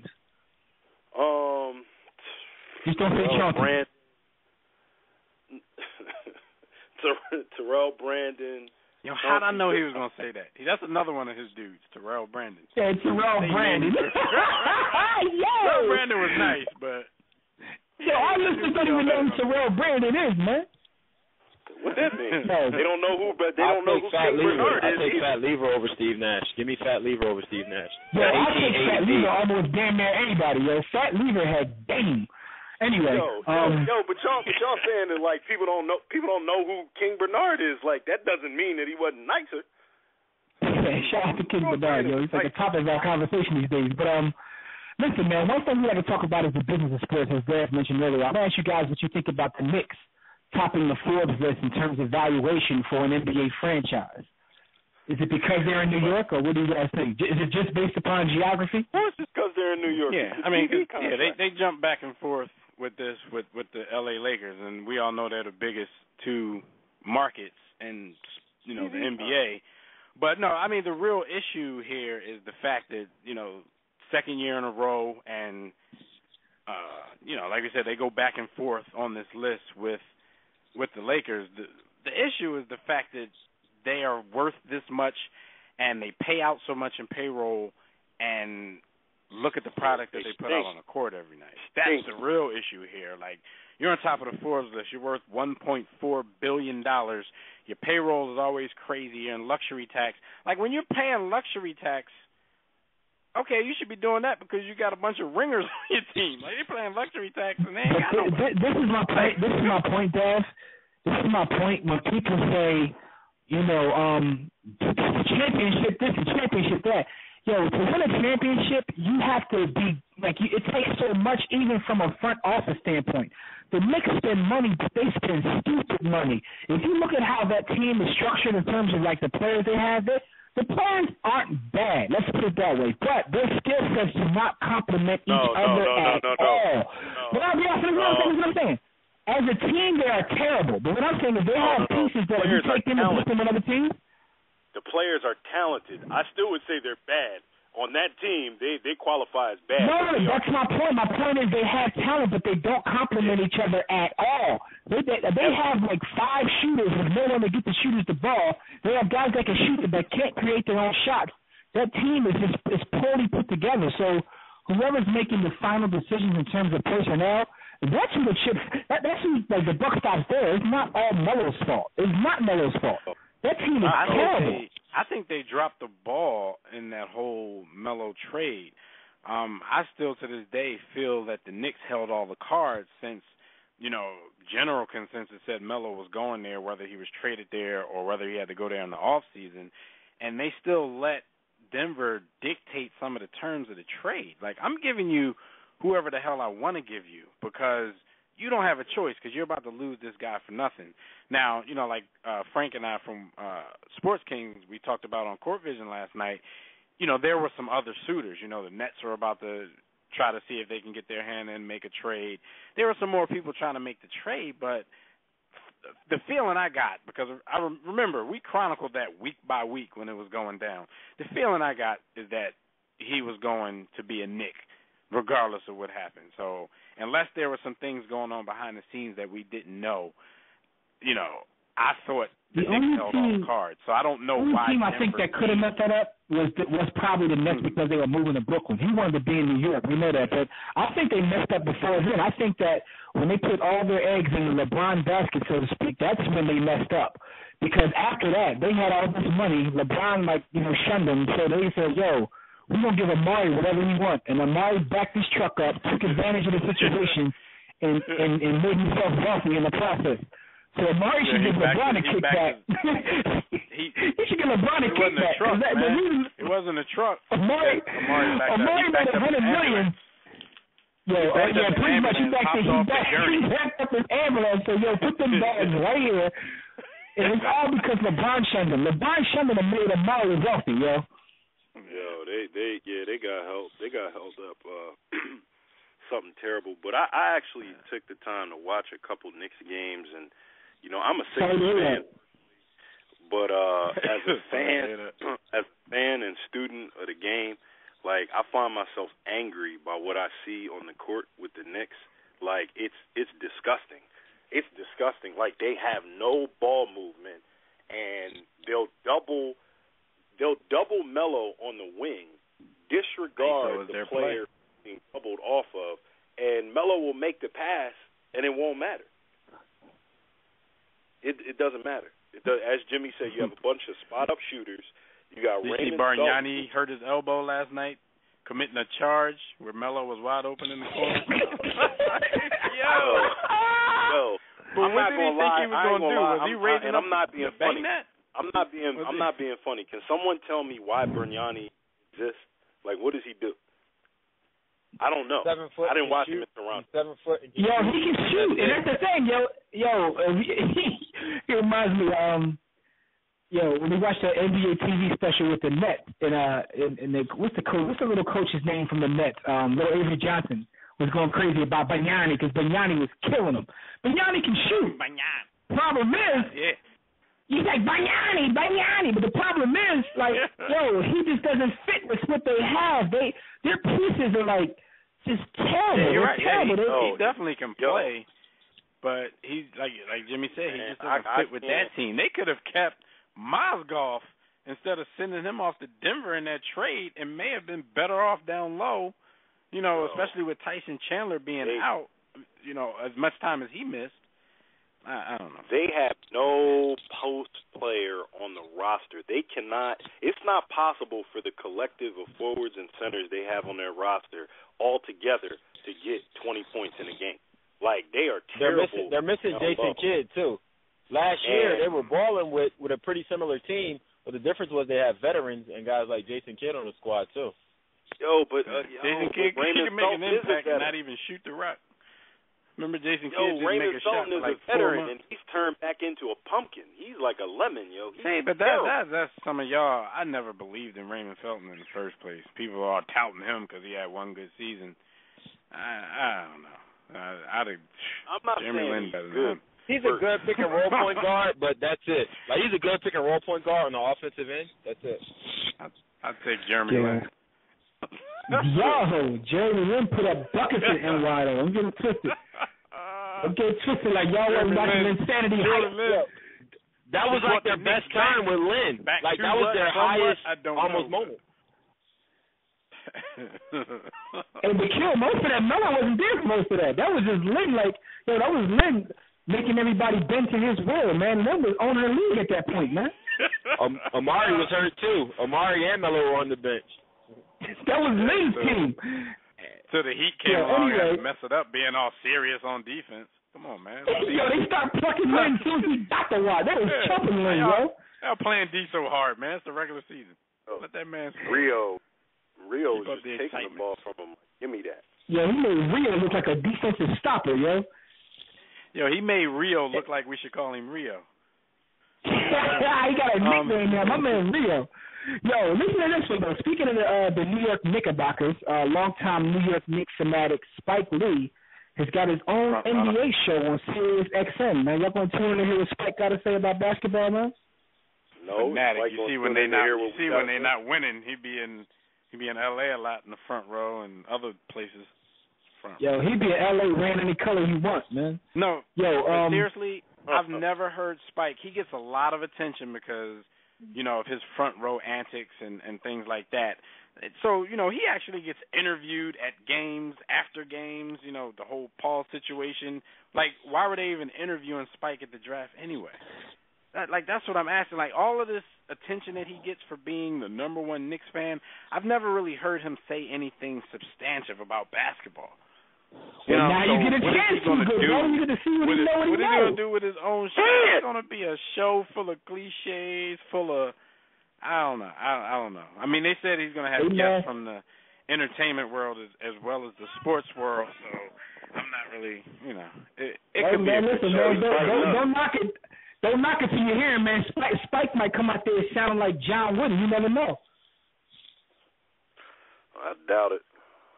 Why y'all slandering Spike, man? It could be worse. They could have said Tyler Perry getting his own NBA show. I'd have found a way to Lee Harvey Oswald that. Yo, man. Anyway, speaking of basketball in general, we already talked about how bad the product has been. But what do you guys think about Kobe's comments? Kobe says that the NBA is finesse, and the games are tough to watch these days. Do you think the games are finesse? And we already know they're tough to watch. They're tough to watch. I don't know if it's because it's finesse or because nobody can shoot. But what do you guys think? The basis of the game is on low percentage shots. Like, a lot of the old heads that you'll talk to, going beyond the bravado and ego comments, that you find between different eras. Like if you really get down to the nitty-gritty and break this down granularly and examine the difference in the game, the goal of the game when it was started was to get the easiest and highest percentage shot. And I think that remained the case through maybe the 80s. And then in the 90s, the isolation ball started. But now, you don't even throw the ball into the post for a higher percentage shot. You have a lot of guys that if they can't get a three-point look, they are trying to get all the way to the rack on two or three people. I've seen a lot of players in a situation where they may be down 2 or down 1, and they'll dribble, settle, and take a long 2 or a three-pointer in that situation instead of a mid-range pull-up. Where they had time to try to go to the rack. Yeah, they had time, like dumb shots. Let me ask you a question, and see if there's anything to this. I think a lot of this has to do with capitalism, man, because when you look at all the sports, whether it be baseball, basketball, football, I mean, they always say offense sells tickets. And when you look at some of the rule changes in basketball and just the paradigm shift in how the game is played, like you mentioned, it's all about being open and being highlight, so to speak, and being fantastic. Like, look at football. You can't touch anybody. Or basketball, you can't hand check. It's sort of like to make the game more exciting, but in the process, you get a bad product. It's faster. The guys are moving up and down the court at a faster pace. No one really slows the ball down and plays a half-court game anymore. It's about putting out running. But in the 80s, they think that's what you're supposed to do. They scored more in the 80s, but the game is played on the inside-out basis. Now the guys can't shoot anymore either, okay? That's the part. That's why I said when we started this, people can't shoot. But you know what, Jimmy? Like, I agree with Kobe with the finesse, and it's exactly for the reasons you just said. The finesse comes from the rule changes. You can't hand check a guy anymore. You can't touch a guy anymore. But I think the league is hard to watch right now because I think the talent level is just not the talent level because people are more talented because everybody's bigger, faster, stronger. The skill level.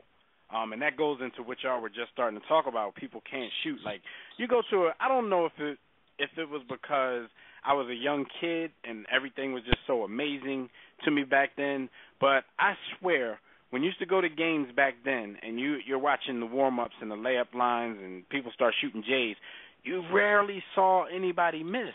The guys who were going to miss, weren't really going to shoot J's in warm-ups. They were down there shooting layups. So you rarely saw people miss. You go to a game these days. Ron Anderson. Have you ever seen Ron Anderson? I would say Ron Anderson at the Sixers game wouldn't miss at all. See him every game in '94. But but this is what I'm saying. Like, you go to a game now, like, and you look at warm-ups, and you're sitting out there counting how many people on the team don't have a J as good as yours.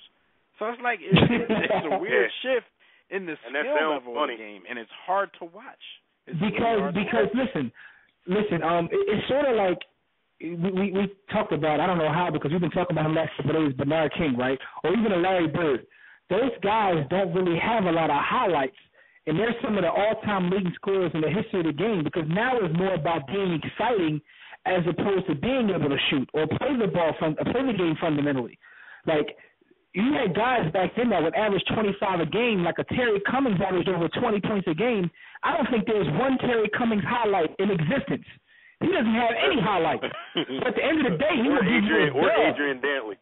Adrian Dantley would give you a dub. He has no highlight. Hey, Terry Cummings' highlight is the in the post face up. That's his highlight, just facing up in the post. Yeah, but that's his whole game. But the fact of the matter is, he would average a dub. It has no highlights, but the game has changed. It's all about the highlight now. It's not about just having the skill set anymore. You had guys that played below the rim. Now everything's above the rim. You have a bunch of athletes with no skills. To answer your question, Jimmy, I think that the league recognized the challenge and the deficiency that we're talking about in terms of the lack of skill early on. And what they've done is they've changed the defense they've legislated against the defense to compensate for the fact that they're taking in a lesser skilled player and a higher level of athlete. So, for example, I can't hand check a guard now.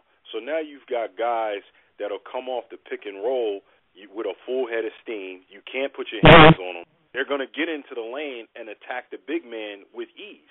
If there is no real resistance to point guards getting in the lane, and what does that do? That opens up to standstill shooters, guys who really wouldn't be in the league except they can stand there and they've worked on a set three-point shot.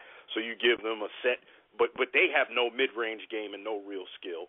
But you're hitting those guys on the wing, so you've got that, and then you've got no post-up guys to pull all your men out for pick and pop, but no post-up. So the lane. Listen to this, B. Austin. We have a comment in the chat room. It's Bo Mershon. He wants to know: do you think it has a lot to do with guys not sticking around in college to develop their game? Yeah, no. Actually, that's the point I was about to make because I was talking to him. I think it starts. You said no? I think it starts before. Yeah, I think it starts before that. I think that as big as AAU has gotten, if you watched AAU ball and AAU players and even high school, they're not taught the fundamentals starting there. So by the time they get to college, there's things that they should already know and have in college that they don't have. You got guys that are taught handle, so they'll have the one-on-one moves, and they're taught certain things at that level individually, but the concepts of the game and ball movement and angles and whatever. But B. Austin, okay, but listen, I agree with what you're saying about the fundamentals and where they start, but I still think the whole straight to high school movement of the early 2000s and the one and done rule now. I mean, the one and done is only there because they tried to fight the whole straight from high school to the league thing, but getting 1 year out of them is not really doing much. I still think in college there's still a lot of instruction to be given. Like your fundamentals can still be honed in college. If you remember, a lot of times, college coaches are the ones where a lot of these people, a lot of these guys credit for turning them into what they became.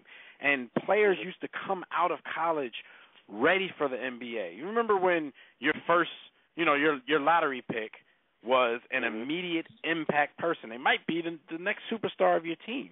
Now, guys come out, you're the number one pick, and it take you like 2 weeks to score a bucket. Like, it's definitely the fundamentals that you're talking about.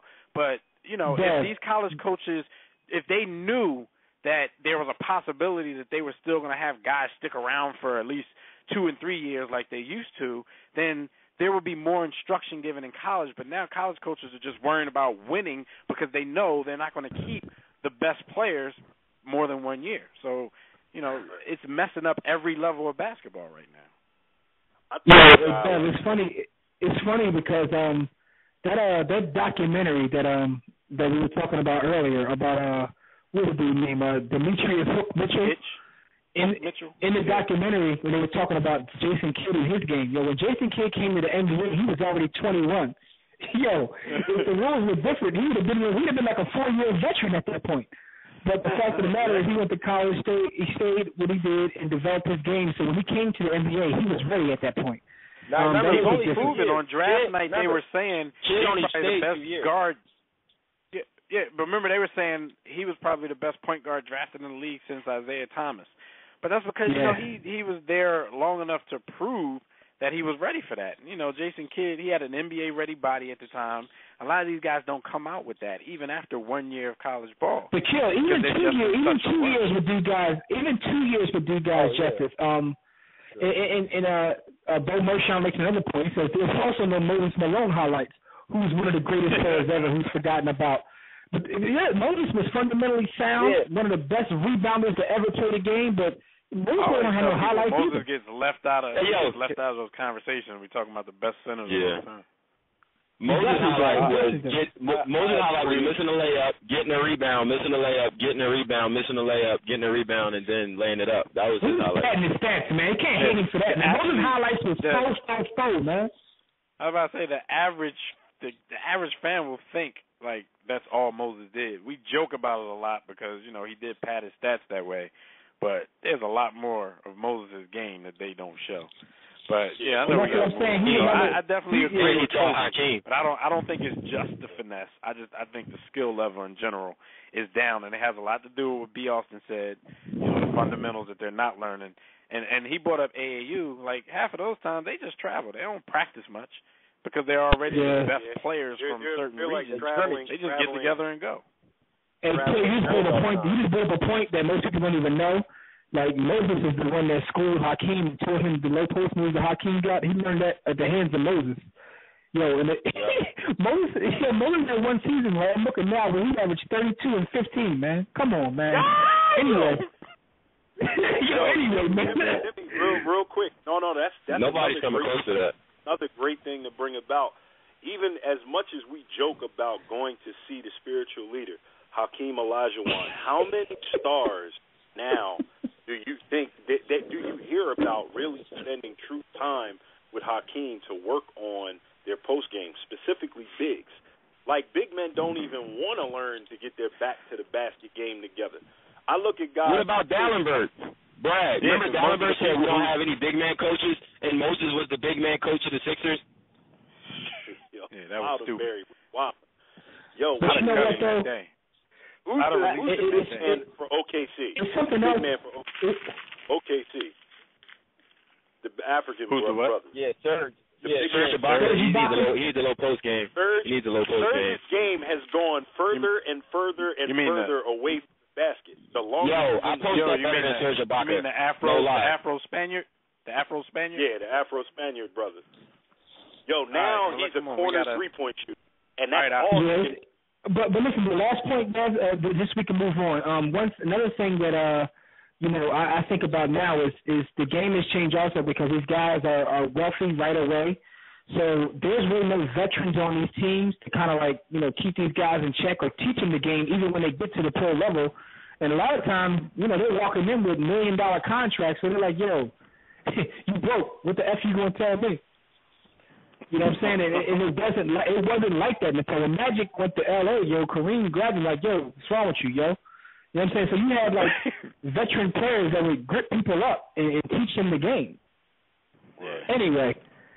Magic, don't you ever celebrate like that again? Remember when they hit the game winner? Like, after the first game, he grabbed Magic like, yo, we got 81 of these young fellas. What the hell is wrong with you? But you had players that would do that. These days, could you imagine somebody grabbing LeBron? LeBron got his face on the side of the building before he plays the game. How you going to tell him what to do? They tried. Paul Silas tried. That's why he got fired. All right, so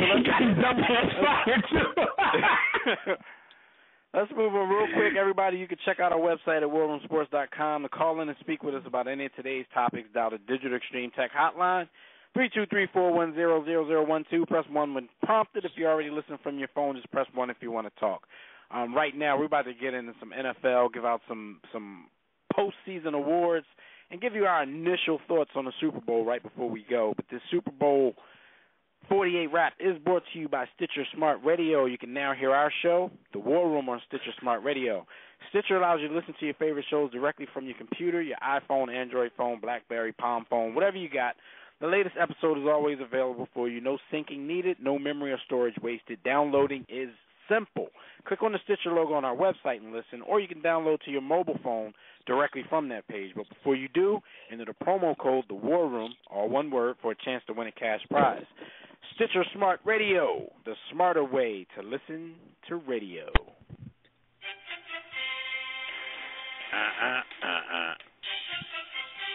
All right, according to that Peyton Manning Buick commercial, that's called, what's that called? Something Action? I don't know. That song has a name to it. Hurry, said something hurry. Like play something action, and then that came on. Omaha. I call it Fat Man Montana song. Fat Man Montana. Why'd that keep working?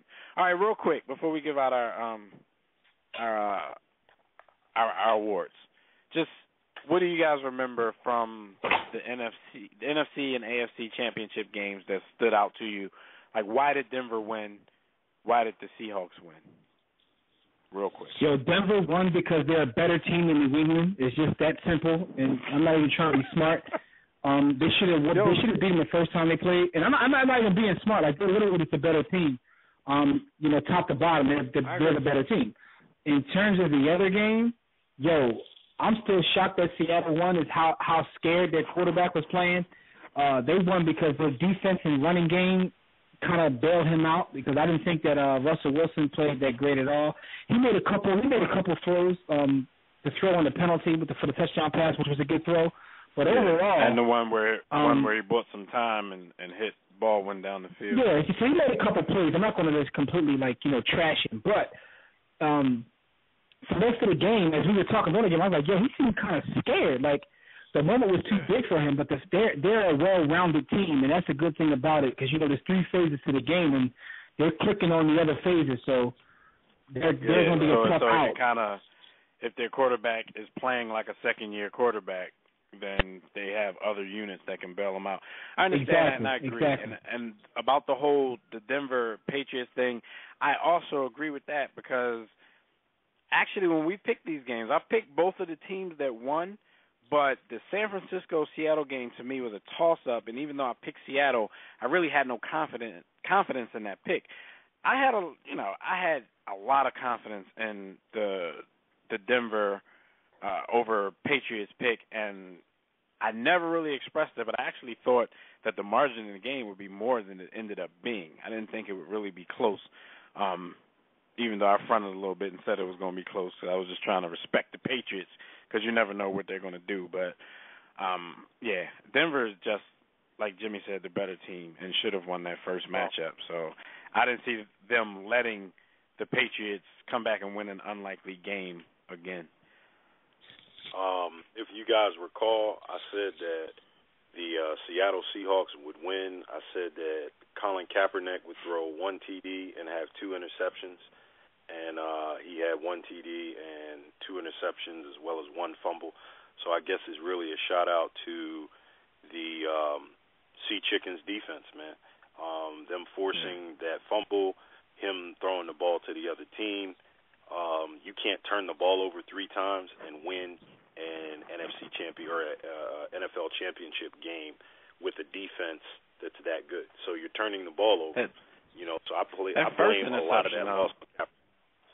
Yeah, that first interception, I can't even say. Wow. I don't even know how much props you want to give to the defense. I was wondering when he threw it, what did he see over there that I didn't see? Why was that thrown? But he was point shaving at that point. And then, even though Richard Sherman expressed it in a loud, crazy manner, I don't really understand why he chose to test him on such a big moment in the game, but he did it, and it backfired on him. Kill, you have anything real quick before we quickly address this Richard Sherman controversy, because I'm so tired of hearing about it. I would just say, but prior to the season, these are the AFC and NFC championship games that I picked, but I had Seattle and New England winning. I think as of last Green week, Bay. As of last week, I switched to Denver winning, and I had Denver winning and San Fran winning. But I believe that Seattle defense, the reason why they won, obviously, and Colin Kaepernick being overhyped and not being able to make the throws necessary to be an elite-level quarterback. And also, I believe New England lost more so than the Broncos won, because they didn't have Gronk. They didn't have a receiver to go deep. They didn't have Mayo. They didn't have Will Folk. Now, I understand Denver definitely had injuries as well. I mean, they got there. They got there with all those people, so I ain't giving them exactly. that. So they both had injuries, but I think New England's injuries cost more, especially when in terms of the red zone, what New England could and couldn't do without Gronk, and in the running game. They didn't get to the red zone, though, Carol. It didn't even matter, yo. If Denver had Von Miller, he would have won by 30. But I would say that injuries room cost more when they finally played a good team. That's what I would say. Yeah, definitely. They in our chat room, though, we have a comment in the chat room. And Bill Motion says the reason why the Broncos won, because after all the talk of Blunt being a factor, Denver's run defense kind of took them out early. Shout out to Pot Roast. Yeah. And also, the Niners were lucky to be in that position late, because they also had a couple of strip sacks, but San Francisco just happened to recover the ball. Man, and the last point I'm so was, glad. I mean, I didn't care really. I'm not rooting against either team, but I'm so glad, because I really didn't want to hear all of them corny puns with Blunt's name in them. I was so tired of that Blunt Force. And last point from Bo, another great point by Bo, shocking you, Bo, is the Seahawks would be even better. Imagine if Browner wasn't suspended. So, I know. Their defense gets to a level during True. every game where they're just scary. Like, it's scary how good they are, man. And let me say one more thing. see. I would say these playoffs basically showed me that Wilson and Kaepernick are probably overrated. I mean, I would think you would probably take guys like Rivers, Matt Ryan, you could throw Romo in there, and maybe even Stafford over these guys. Now, these guys run, and they're tough, but in terms of playing the position of quarterback, throwing under pressure, they're not there yet. Yo, they're second-year starters, though, kid. You named Rivers been in the league like a decade. Yeah, but you do have people out there. No, I'm just saying. Like Jaws rated him. Yeah, Jaws rated him higher than all the guys I just mentioned. No, I mean, he didn't have him higher than. Did he have him higher than all of them? Yeah, they were all like top 10. He had Kaepernick and Wilson top 10. Well, you got to figure that Phillip Rivers basically just he went from top 10 and not mentioned at all, and now he had his ether moment. But it's still medical. I just think that these guys have. I think Russell Wilson will be okay. I just don't know if he's ready yet. That's my whole thing. Like, but he's a second-year quarterback. I have to keep that in mind when I'm judging him. I have to keep in mind his second year in the game. He's literally playing 20, 30 games he's playing. But I have to keep that in mind. I definitely, because I give them room to be young. Even when we talk about the RG3 thing. Certain things that happen, we expected it, but everybody else wants to anoint everybody as soon as they play well. So, we give him that. He's a second-year quarterback, but there's a lot of people out there who already thought these guys have totally arrived. And their defense, like I'm talking San Francisco and Seattle now, their defense and their other units definitely bail these guys out sometimes. Like, I don't want to fully go with the they win in spite of them type thing because these dudes do their part. But their part is a little overstated, I'll say, by some people out there. I just want to mention that because B. Austin talked about his predictions. I just want to mention that episode 164 of the War Room, I predicted all 4 Final Four teams as well as the Super Bowl. Just want to put that out there. Episode 164, by the way. He's making it easy on you to listen back. He got the episode number and everything. All right, real quick, and I really mean real quick because this horse has been beat dead into the ground.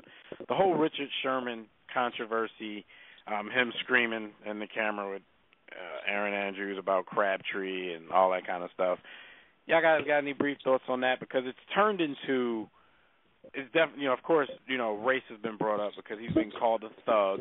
A lot of people think he's being called a thug. More than that's a thug. nicer, more politically correct way to say the N-word.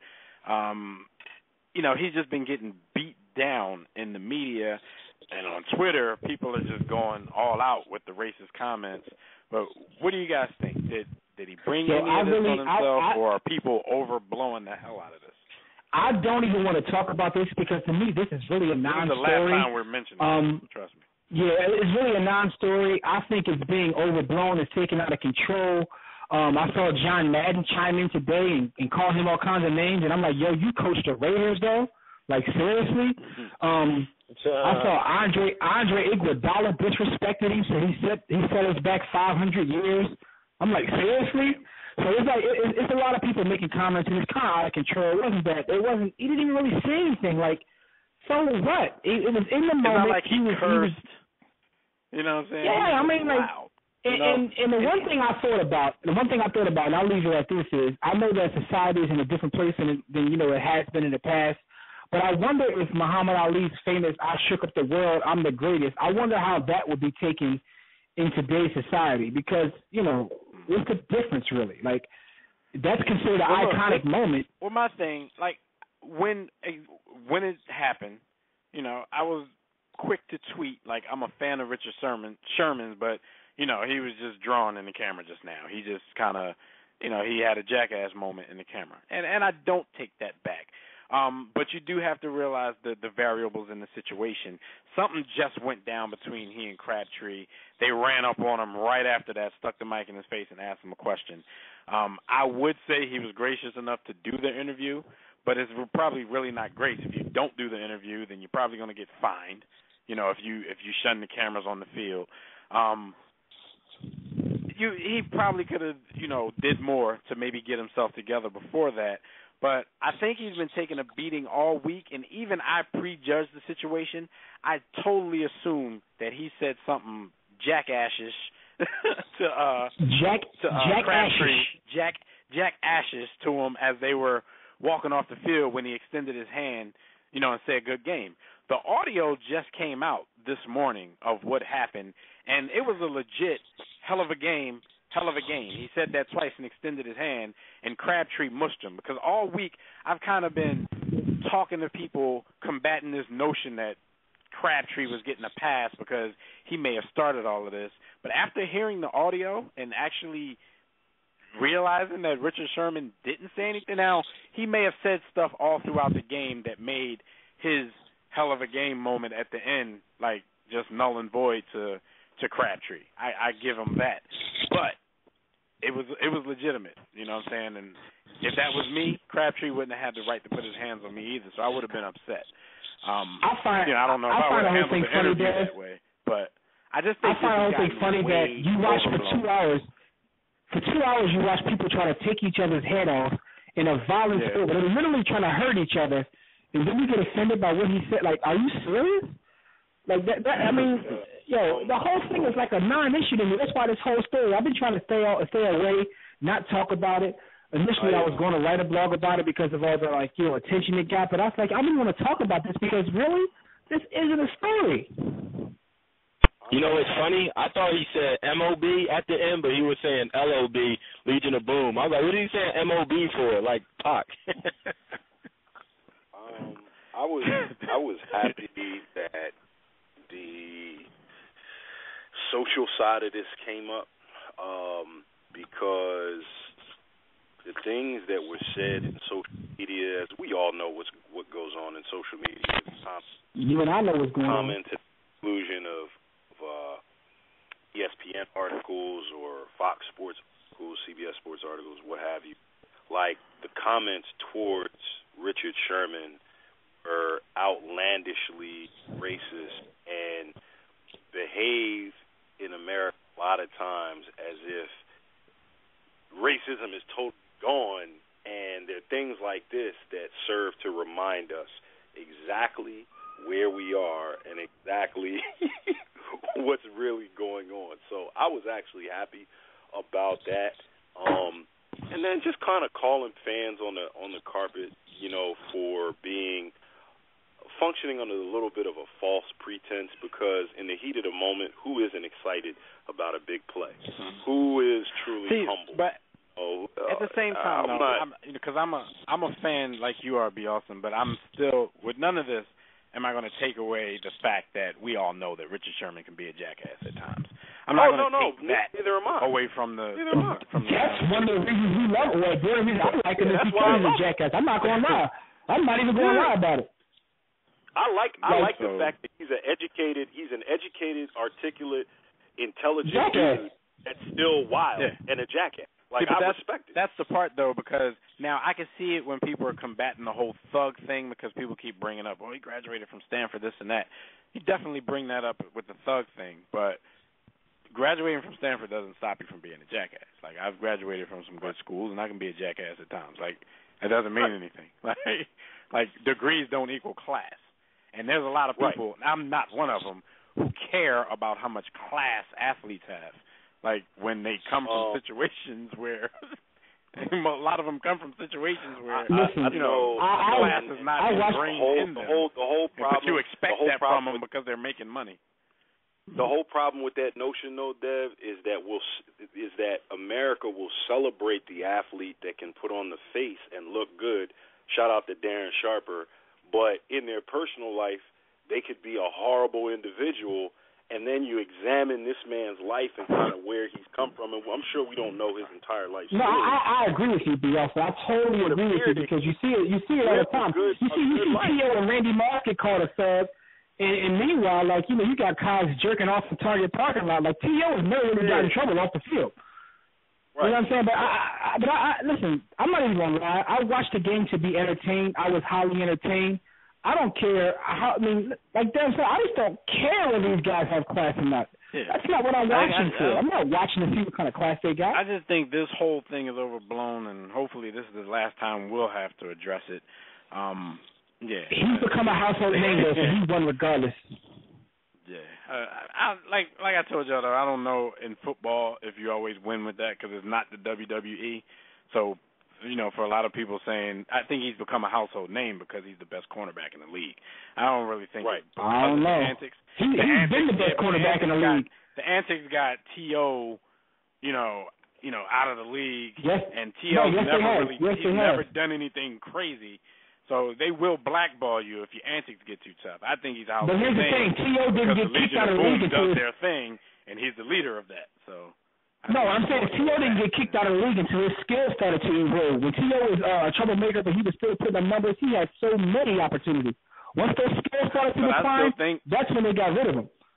Fact of the matter is, there are people now, like my mom and aunts. T.O.'s still better than D's now. T.O.'s still better than what New England got up there. That skills erode comment is kind of a cliche, Jimmy, because his skills never really. We can't get in all that though. We can't get in all that because we are way late and we got to give out our awards. We'll talk about that off air or online or next week or something. Well, we got a lot of Super Bowl coverage coming up, so we can talk football on whatever shows we do. Real quick, let's go to our awards. We can just run them down real quick. I'll start. I got the Comeback Player of the Year. I'm giving that to Phillip Rivers. Shout out to Ryan Matthews and Noshawn Moreno, but I'm giving it to Rivers. Like Jimmy said, went from top 10 and not mentioned at all, and back to top 10. Offensive Rookie of the Year, I'm going Eddie Lacy, 1,178 yards, 11 TDs, but his impact was bigger than his stats. Defensive Rookie of the Year, I'm going Sheldon Richardson from the Jets. Coach of the Year, I'm going to go Andy Reid, 2-14 to 11-5. That's a big deal. Offensive Player of the Year, I'm going to go Peyton Manning. Shout out to Shady McCoy from the Eagles. Defensive Player of the Year, I'm going to go with the old head, Robert Mathis, 19.5 sacks, 9 strip sacks, and a safety. Shout out to Kuechly and J.J. Watt. MVP, I'm going to go Peyton Manning, 54, 67 yards, 55 touchdowns, 10 interceptions, 115.1 passer rating. Shout out to nobody else. He ran away with that. Who's next? All right, I'll go next. I got Coach of the Year. Andy Reid, KC. I said that from the beginning of the year. Comeback Player of the Year, I'm going to go with Alex Smith since he lost his spot and then led a playoff team. The Defense Rookie of the Year, Kiki Alonso, Buffalo Bills, out of Oregon. Offense Rookie of the Year, Eddie Lacy, 800 yards rushing and 1,100-plus total, as Dev alluded to. Defensive Player of the Year, I'm going with Richard Sherman, just being the heart and soul of Seattle and leading the league in interceptions.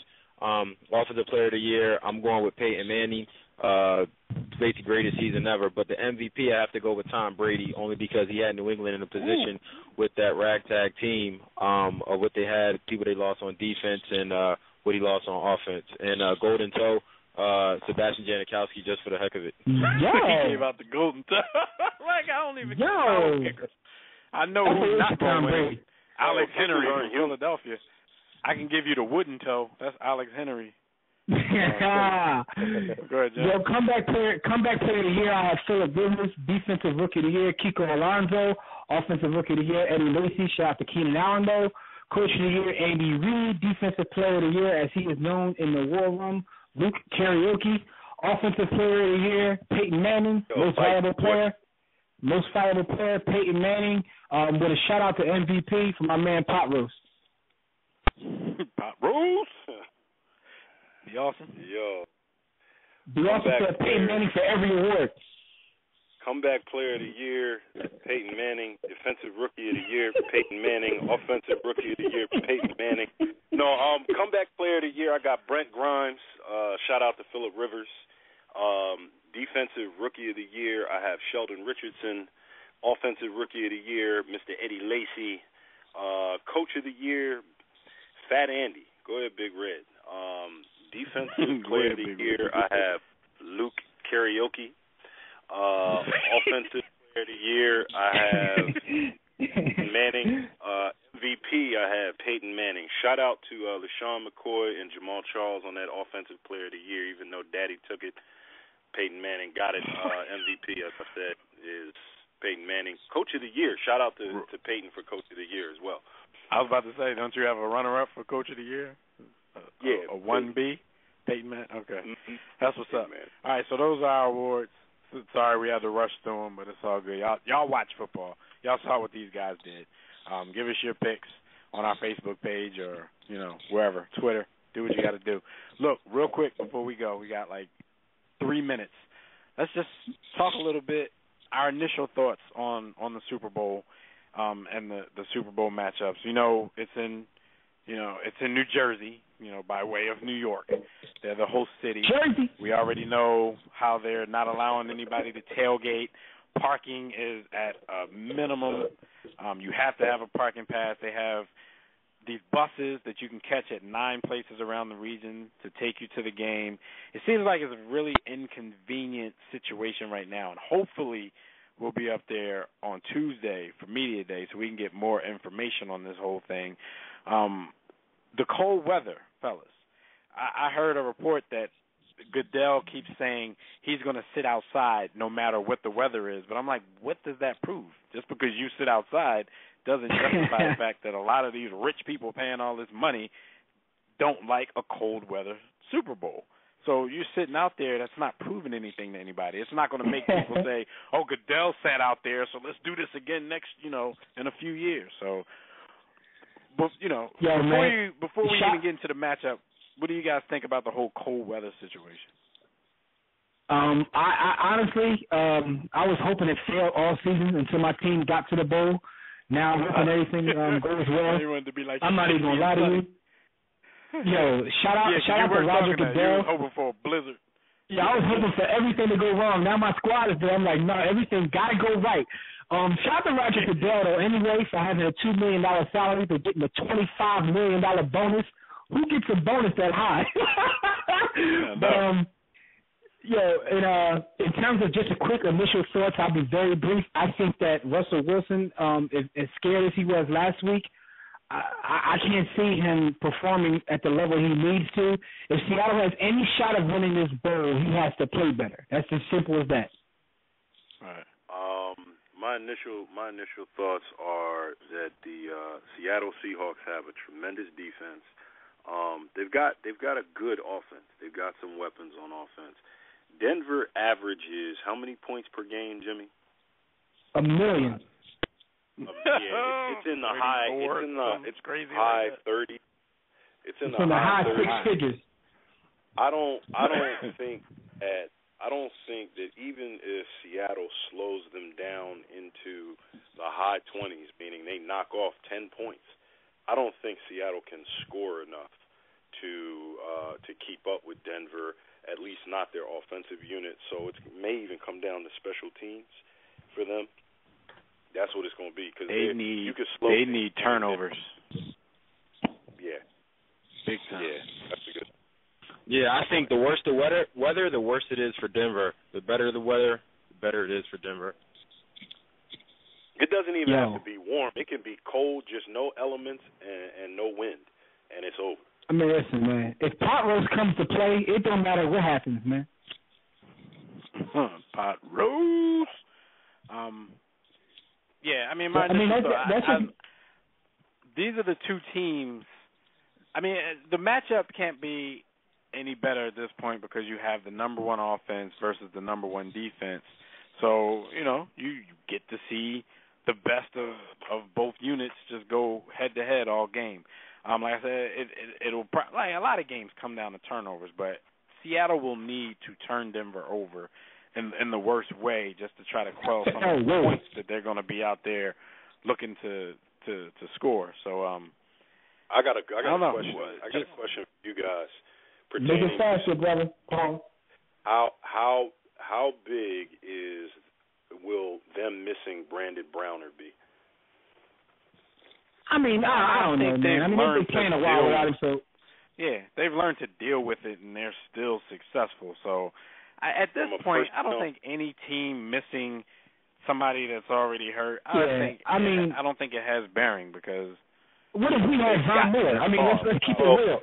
Well, no. The reason I asked that is specific to the size, of Denver's receivers and the fact that Seattle runs that hybrid kind of cover 3 thing, and they love to match up.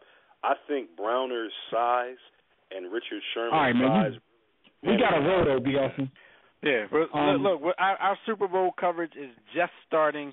Catch us on War Room Sports TV on Field Vision, and we'll be doing some other stuff.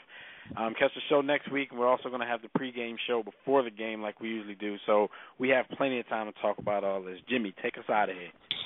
You already know. Thanks for joining us again, the War Room good people. Shout out to everybody in the chat room, Facebook, and Twitter. For the people that called in, we couldn't get you on. We apologize. As you can see, we're running out of time. Join us next week, same time, same place. Shout out to Fred Perdue.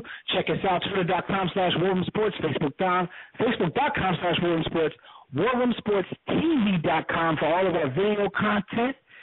Listen, we'll be right back here next week. And until then, don't accept mediocrity and be steadfast in the war against ignorance. We'll see you chumps on top.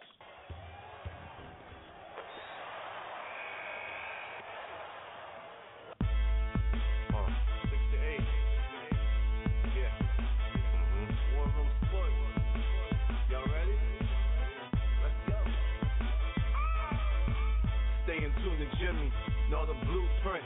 Every Thursday, 6 to 8, they do this. Shout out to Dev, PJ, B. Austin. Bay on replay. WarRoomSports.com. Get that mobile app. If not, dial 323-1400-12. They be going and you sensitive, then oh well. Physical podcast, let's talk sports. Showtime like magic in the block push.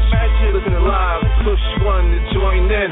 Rip your team or listen for your enjoyment. Hip hop dollars, pit stop and knowledge. Should be in sports credits, I ain't talking college. 5 guys, no beef though.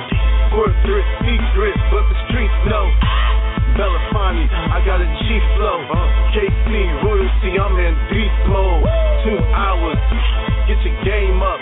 Who's the best in sportscast? You better name us. War Room Sports. Yeah, you know, Jimmy, Dev, TJ, Jack Beck, B. Austin. I'm shot. Up here coming on the beat.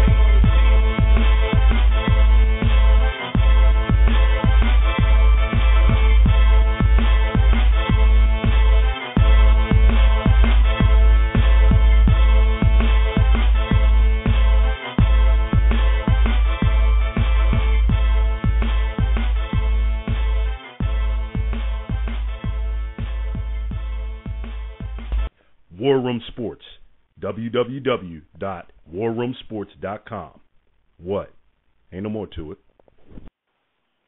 Kuwait is the war room with 5 nights at the round table. 5 Philly guys, the first